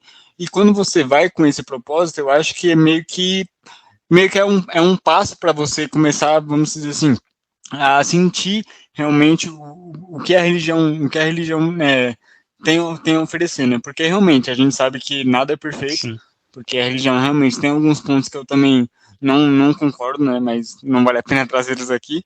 Mas nesse caso, sim, eu entendo o seu ponto, porque cara, se não fosse por isso, né, não existiria milagre, né, não existiria pessoas contando testemunhos que, sei lá, estavam deitados e simplesmente ouviu Deus chegar na casa dela e relatos assim, né, que a gente olha e fala, caramba, que surpreendente, né. Então, pô, se Deus operasse somente dentro da igreja, as igrejas estariam lotadas, mas a gente sabe que nem sempre é por conta disso, né. Cara, eu acho super interessante a sua experiência, né, contanto que até já te falei por que eu voltei para a igreja, né, a situação que eu me encontrava e que foi um episódio magnífico, assim, que mudou, né, a minha mente, que fez realmente eu retornar, porque eu tava nesse processo que o pessoal fala que tá no mundo, né, eu tava realmente, não ia para a igreja já faz uns anos, né, saía para cima e para baixo, assim, com os amigos, bebia, fumava, não tava me importando, né, só que você ter uma mãe que, por exemplo, minha mãe, ela sempre foi muito cristã,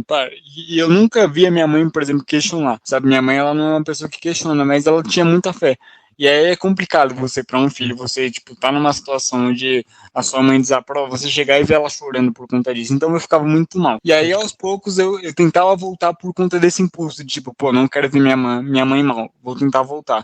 Só que não é a mesma coisa. Se você não volta porque você quer, não gera o mesmo efeito, não surte a mesma coisa, né? Até que eu tive o relato que eu te falei, que, pô, eu tava numa festa mundana e eu, na minha visão, eu sinto que claramente Deus falou comigo, e aí eu decidi voltar e, pô, minha vida desde então tem sido assim, né? Eu, pra ser sincero, eu não esperava voltar para esse ciclo que eu comentei de, tipo, começar a ir para a igreja de novo, ter, né, tudo aquele desejo, aquela vontade, depois parar no meio do caminho, mas é uma coisa que eu tô acostumado, né, é uma coisa que não me julga, mas eu pretendo mudar, né, porque ainda assim eu acho errado ficar nisso, tipo, vou ou não vou. Então, me falta amadurecimento nessa questão. Pode crer. Tipo, o que diferencia a gente é que você nasceu nesse lar, né? Isso. Você está imerso nisso de uma forma que ou você corta muito cedo ou você vai viver nele. No meu caso foi diferente. Tipo assim, eu não nasci em nenhum lar cristão, nem um lar religioso. Eu cresci num lar muito religioso. A gente sempre tinha alguma religião lá em casa. Testemunho de Jeová, espiritismo, católico, enfim, alguma religião tinha, entendeu? Sempre tinha, era um rodízio de religião lá. Então isso deu uma certa liberdade para mim, até o ponto de eu entrar numa igreja evangélica. E aí é uma crítica que eu faço ao sistema evangélico, tá? Não é uma crítica a nenhuma igreja específica que eu passei, mas é uma crítica que eu faço ao sistema evangélico. Existe uma questão do controle lá muito grande, assim, quando você está dentro de uma igreja evangélica, que é que você não pode sair. E se você sair, você é mal visto, você é julgado, né? E eu passei por isso, sofri isso na pele, assim, de não estar numa igreja, então logo eu não sou cristão, logo eu sou desviado, logo as pessoas vão me olhar com outros olhos. Você até relatou para mim, né, pessoalmente, um episódio que você viveu, né, quando estava longe da igreja, as pessoas te olharem com outros olhos. Que é isso mesmo que as pessoas fazem, é normal. Não condiz com o que Jesus faria. Exato. A gente vê um Jesus na Bíblia muito diferente, né, de que encontra um perdido, encontra alguém diferente, na verdade encontra um ladrão e abraça e orienta ele, encontra uma prostituta e na verdade encontra uma mulher samaritana que, pô, não podiam nem conversar, quanto mais um homem e uma mulher, tipo assim, um homem judeu e uma mulher samaritana, tipo, ter um diálogo. E Jesus quebra isso, né? Cura no sábado, enfim. Faz coisas que religiosamente eram erradas. E é isso que me pega. Tem coisas que é religiosamente errado. E realmente, a gente não vai conseguir mudar. Né? Vai ter, pô, não posso ouvir música do mundo. Isso é errado para a igreja. Mas caramba, o que a Bíblia fala sobre isso? Ah, não sei. Mas o que importa é o que a igreja fala. Então, se você tá lá, você tem que obedecer. E foi isso que fez com que eu saísse, pô.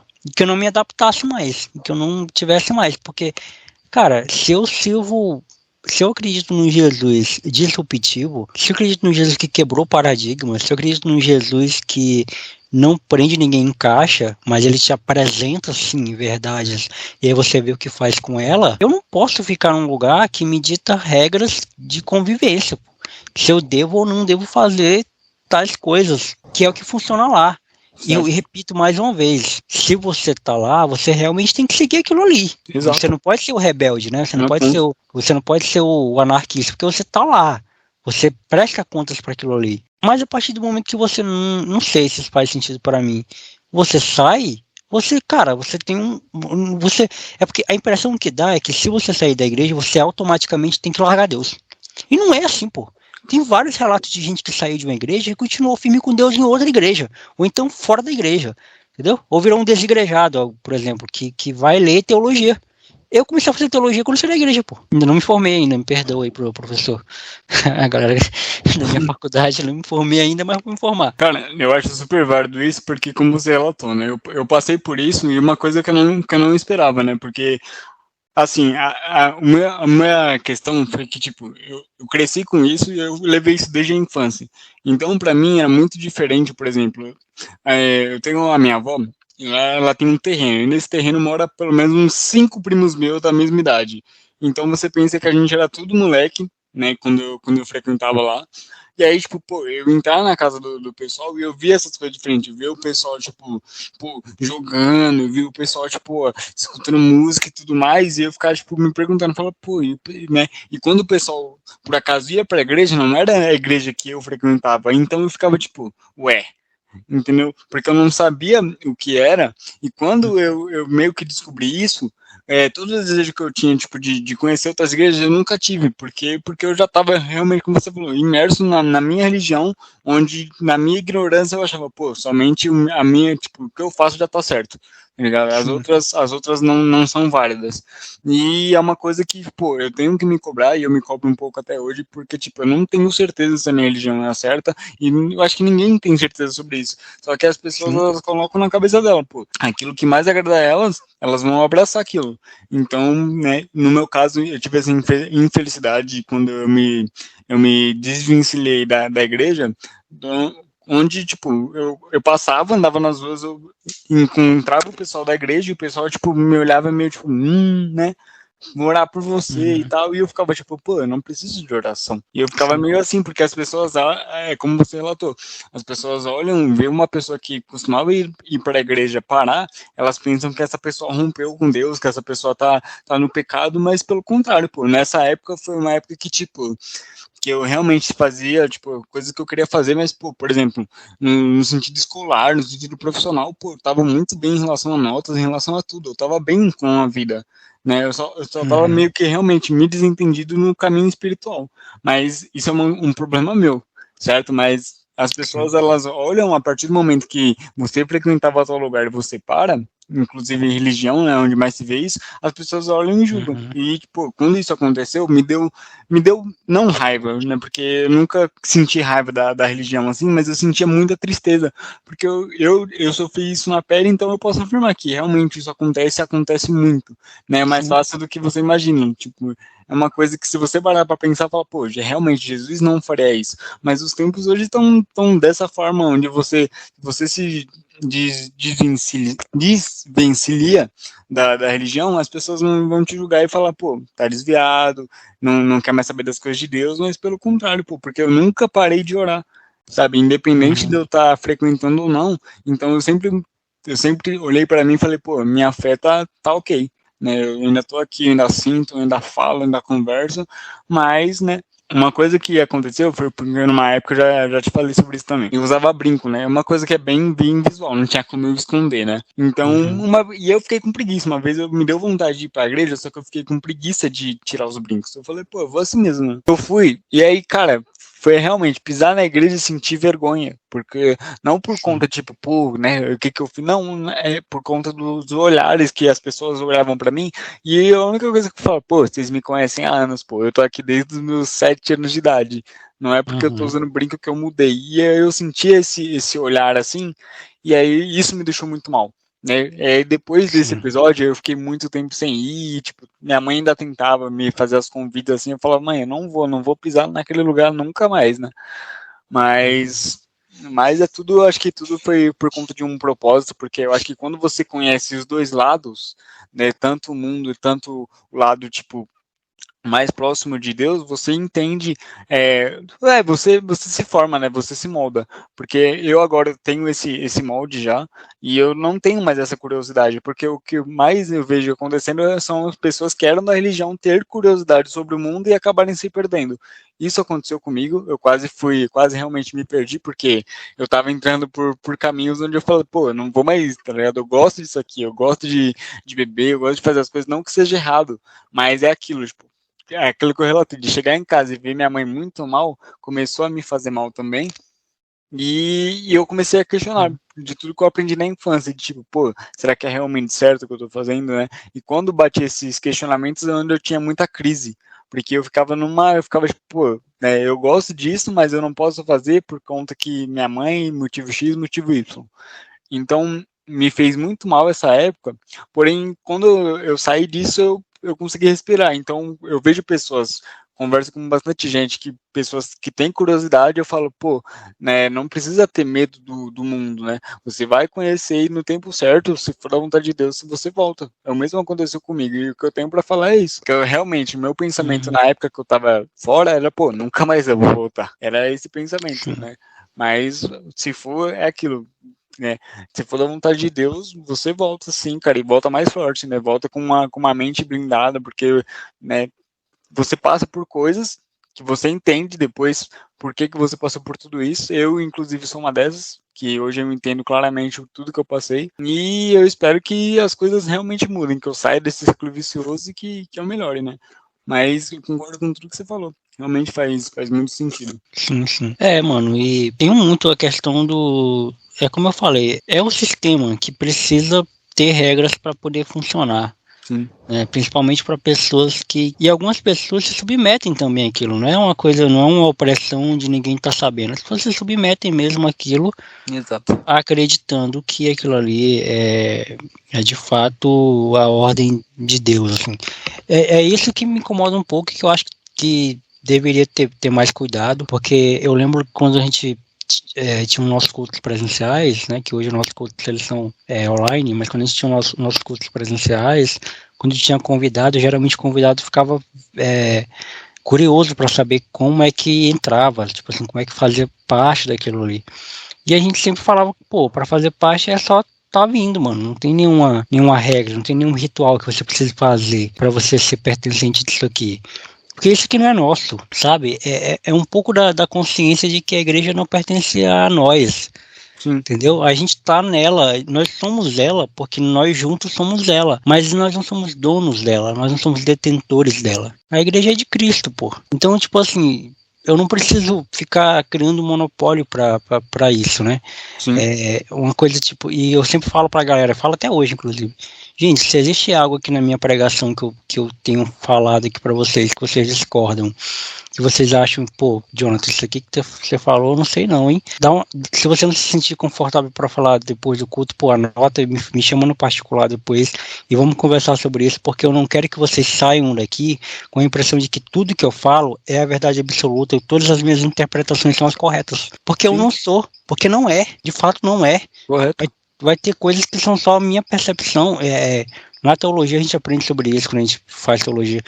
que é a questão da hermenêutica. Às vezes é uma interpretação de uma corrente de pensamento, sabe? É algo muito pequeno. Eu não posso pegar para justificar o meu conjunto de crenças. Eu não posso pegar um texto isolado da Bíblia e justificar o meu pensamento. Que isso é errado. Eu não posso fazer a Bíblia falar sobre o que eu acredito. Entendeu? Eu não posso falar, vou pegar um texto aqui que fale sobre dieta vegana. Eu vou achar, porque tem realmente. Sim. Entendeu? Mas tem um contexto aquilo ali.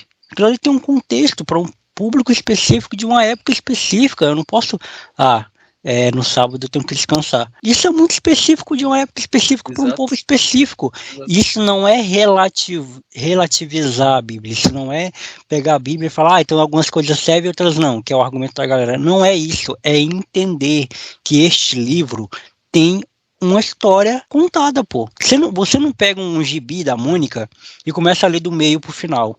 Você não pega um gibi da Mônica e lê do final pra frente, porque não é um mangá.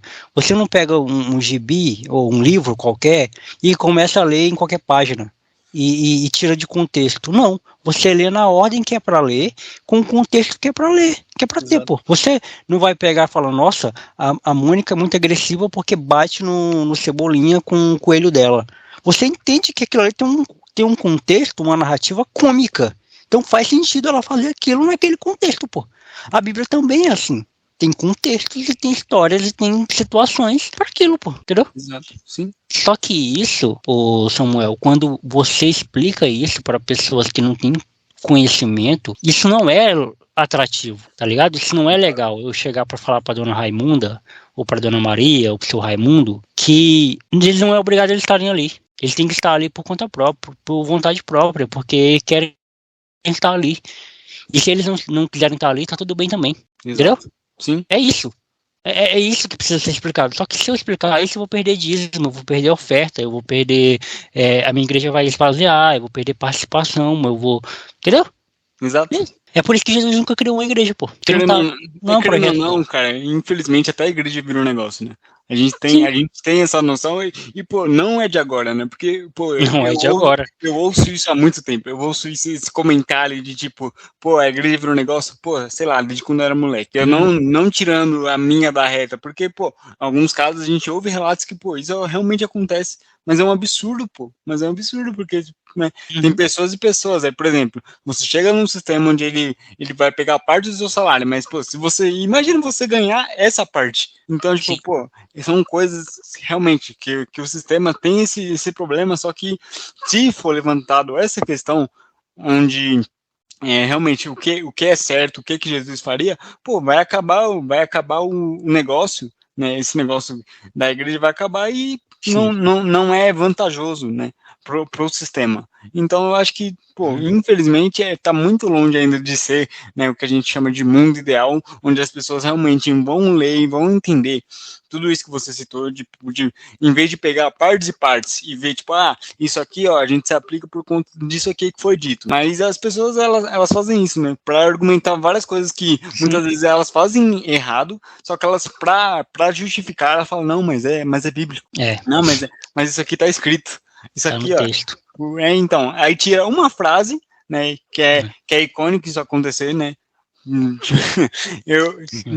Falando isso, me lembra até aquilo que aconteceu com o Dybala falando que jogar com Messi é difícil, que tiraram de contexto e ficou parecendo que era tipo, pô, jogar com Messi é difícil porque ele é ruim, mas pelo contrário, ele tava falando que jogar com Messi é difícil porque o Messi é o Messi, pô. Então é difícil você jogar com um cara que é muito bom, porque pô, o cara é o Messi, pô.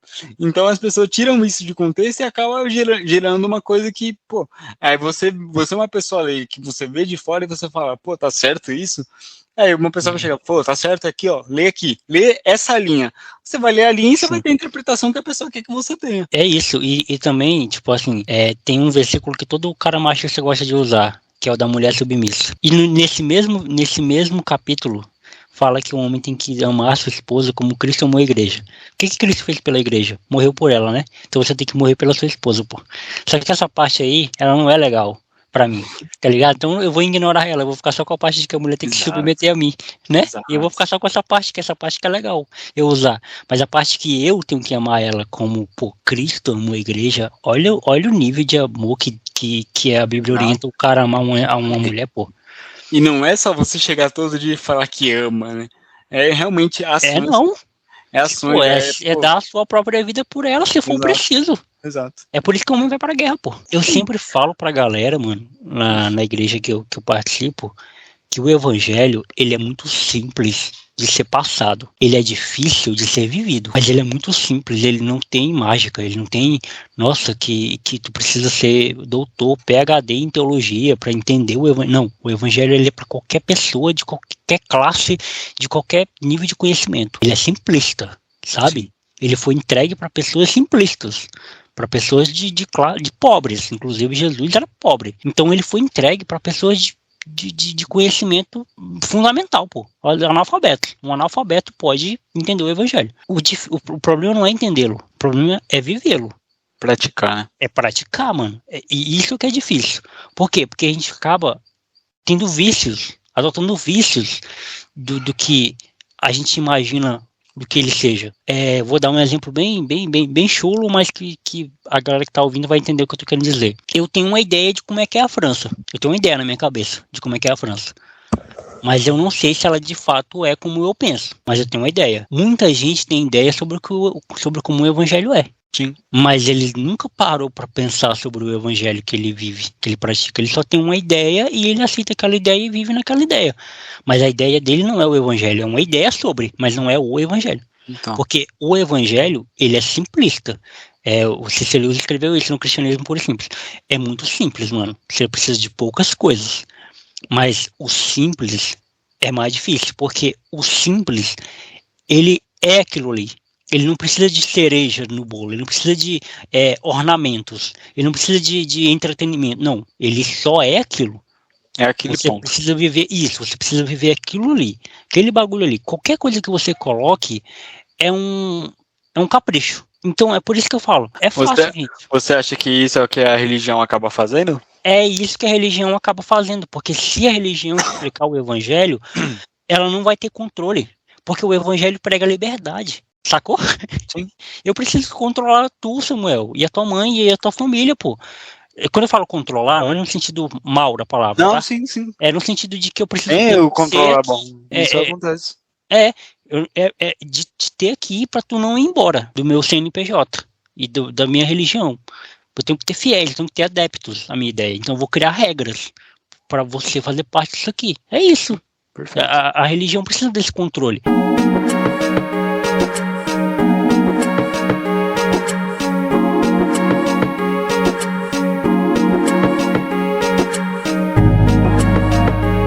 Samuel, como é que é morar em São Paulo, mano? Cara, morar em São Paulo, mano. Cara, como eu falei, você também, né, não tá me perguntando pra das melhores pessoas, porque eu sou muito apegado. Né, eu sou muito apegado. Não que eu adore, mas é aquilo. Eu não tenho com o que comparar, porque, pô, minha mãe, ela viaja pra cima e pra baixo, ela fala, vamos? Eu falo, não. Não. Então, eu não tenho o que comparar. Eu não sou aquele cara que, tipo, pô, já fui pra... Só que, assim, o que eu posso dizer pelas minhas experiências, né, nesses 20 anos, foi que, pô, correria, irmão. São Paulo é isso, pô. São Paulo é tipo, pô, se fosse nos Estados Unidos, seria Nova York, uma cidade que nunca dorme. Pode crer. Mas, tipo, é que a gente carrega esse peso, né? Principalmente, eu acho, por conta das culturas do estado. Principalmente, né, os quatro estão aqui, né, os times de futebol. Então, eu gosto. Mas, ao mesmo tempo, quando eu ouço relatos, por exemplo, que você fala, pô, aqui é mais tranquilo. Chega e fala, pô, aqui é mais tranquilo, né? Aqui a gente faz assim, pá. Eu falo, mano, que inveja. Porque aqui não é assim, aqui é correria, sabe? Qualquer lugar você vai, tipo, você vai ter aquele barulho todo, aquela coisa toda, né? Vou colocar os mesmos costumes, porque a cultura é muito forte, por exemplo, a cultura do pagode, do hip hop, do funk, é muito presente, tudo em São Paulo e tudo misturado, e tudo junto. Então, né, no mesmo rolê que você vai ouvir funk, tu vai ouvir pagode, tu vai ouvir rock, então, tipo, cara, é tudo misturado, não tem isso, tipo, pô, regrado. Então é questão de adaptação. Se você é um cara que você tá acostumado a, tipo, pô, no Acre, por exemplo, que faz sol, você vai vir pra São Paulo, vai estar sol meia hora e depois vai cair um toró. Tô falando, mano, que porra é essa? E é isso, pô. A adaptação é quase uma sobrevivência do mais forte de São Paulo. Pode crer. Samuel, você vai não só encerrar a temporada do Plataforma 2023, como você vai encerrar também o nosso quadro em 2023, que é o quadro onde o convidado indica, né, onde o convidado pode, inclusive você foi indicado, né, pela Maíra, né, mas você já estava na lista, então de qualquer forma você ia ser convidado, independente de que tivesse sido indicado ou não. Bacana. Mas eu queria que você indicasse alguém que você acha que eu deveria trocar uma ideia. Não precisa ser alguém que eu conheço e também não precisa ser só uma pessoa. Você pode indicar mais de uma. Eu só preciso saber quem é a pessoa e o motivo pela qual você está indicando. Certo. Fica à vontade. Neymar Júnior, tô brincando. Não, esse aí já vai vir, já ele tá aí. Eu pensei, eu falei, velho, tem que soltar esse. Se ele pedir. Cara, deixa eu pensar. Bem repentino. Porque assim, eu não sou um cara muito sociável e as pessoas que eu convivo são pessoas iguais a mim. Então são. Mas, pô, tem um cara que eu acho interessante que ele tem um convívio diferente do meu, né? Ele é um cara também que ele é ateu.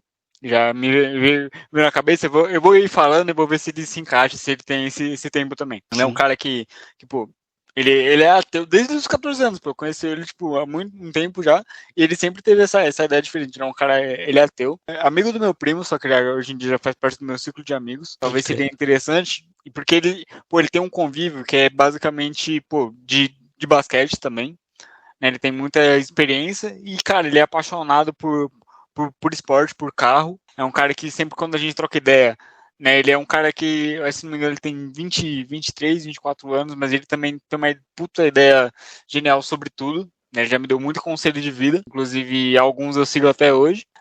Talvez seja uma boa, eu faço essa ligação entre vocês, se for o caso, pra trocar essa ideia, porque é um cara que, pô, a gente nunca trocou muita ideia, porque ele é um cara que também vive trabalhando, eu também, né, então a gente só se conecta, assim, por meio de jogos e tal, mas é um cara que tem muito a oferecer, assim, em questão de ideias, mano. Acho bacana, o nome dele é Gabriel. É um amigo meu de longa data e, cara, eu não diria que eu tenho uma admiração, mas é um cara muito gente boa, assim, que, pô, ultimamente a gente tem se trocado ideia mais e me bateu esse sentimento nostálgico, né, porque desde que eu conheci ele, é um cara que eu falo, mano, que maluco da hora, velho. E hoje em dia, hoje em dia tem a mesma idade que o cara, eu sou um adulto e eu falo, mano, que cara da hora, velho. Pode crer.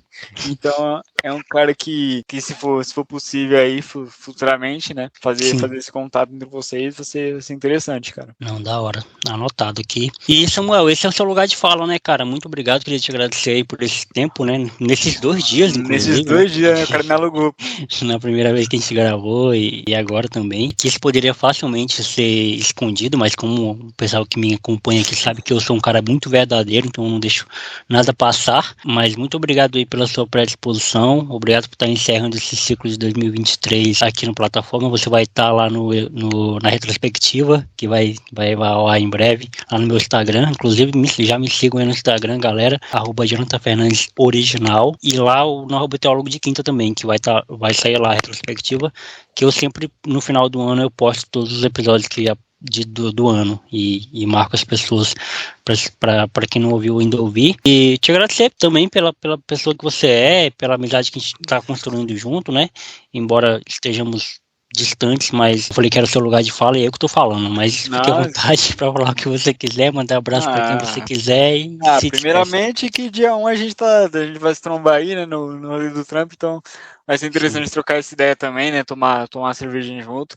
Mas, cara, eu tenho que agradecer, porque desde o começo, né, acho que desde a primeira vez que a gente trocou ideia, eu falei, mano, esse cara, como eu falei, né, eu tenho muita admiração por pessoas que pensam diferente de mim, porque elas me proporcionam coisas diferentes, né, me proporcionam ideias, me proporcionam tudo, cara. E aí você é um cara que, pô, pensa realmente diferente de mim em algumas questões, né, e, pô, eu achei isso ao máximo, né, quando a gente conheceu, assim, por você também fazer coisas, né, falei, pô, esse cara é um cara bacana, né? Então, assim, né? Eu não esperava, porque eu acho que eu falei, pô, a gente já troca muita ideia no Discord, pô. A gente vai no podcast e não vai ter nem nada pra falar, pô. A gente já troca muita ideia. Eu falei, pô, a gente troca muita ideia já, sobre tudo, pô. Mas, mano, agradecer, né, pela oportunidade também da gente bater um bate-papo. Pedir desculpa também pela demora aí, né? Por mais que a culpa seja minha, né? Porque se eu não tivesse dormido, a gente teria gravado num dia só. Então eu peço desculpas, mas.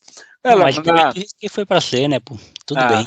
Mandar um abraço pra Pra geral do nosso time, vou mandar pra família também, claro, né, pra fazer aquela média com a mamãe. Mas, cara, principalmente agradeço pelo convite, pelo momento, né, por esse tempo junto, que, pô, conhecer um pouco mais sobre você, sobre as suas ideias, é sempre um prazer, um cara muito versátil aí, que é muito interessante ouvir seus pontos. Vou buscar me fortalecer nas ideias pra gente conseguir debater futuramente, porque ultimamente só tenho ficado no chinelo. Mas é isso aí. É isso, jamais, você é foda. Mas é isso aí, mano. Tamo junto. Se precisar só dar aquele salve. E é isso, mano. Espero que futuramente podemos refazer aí com novas trocações de ideia. Claro, com certeza.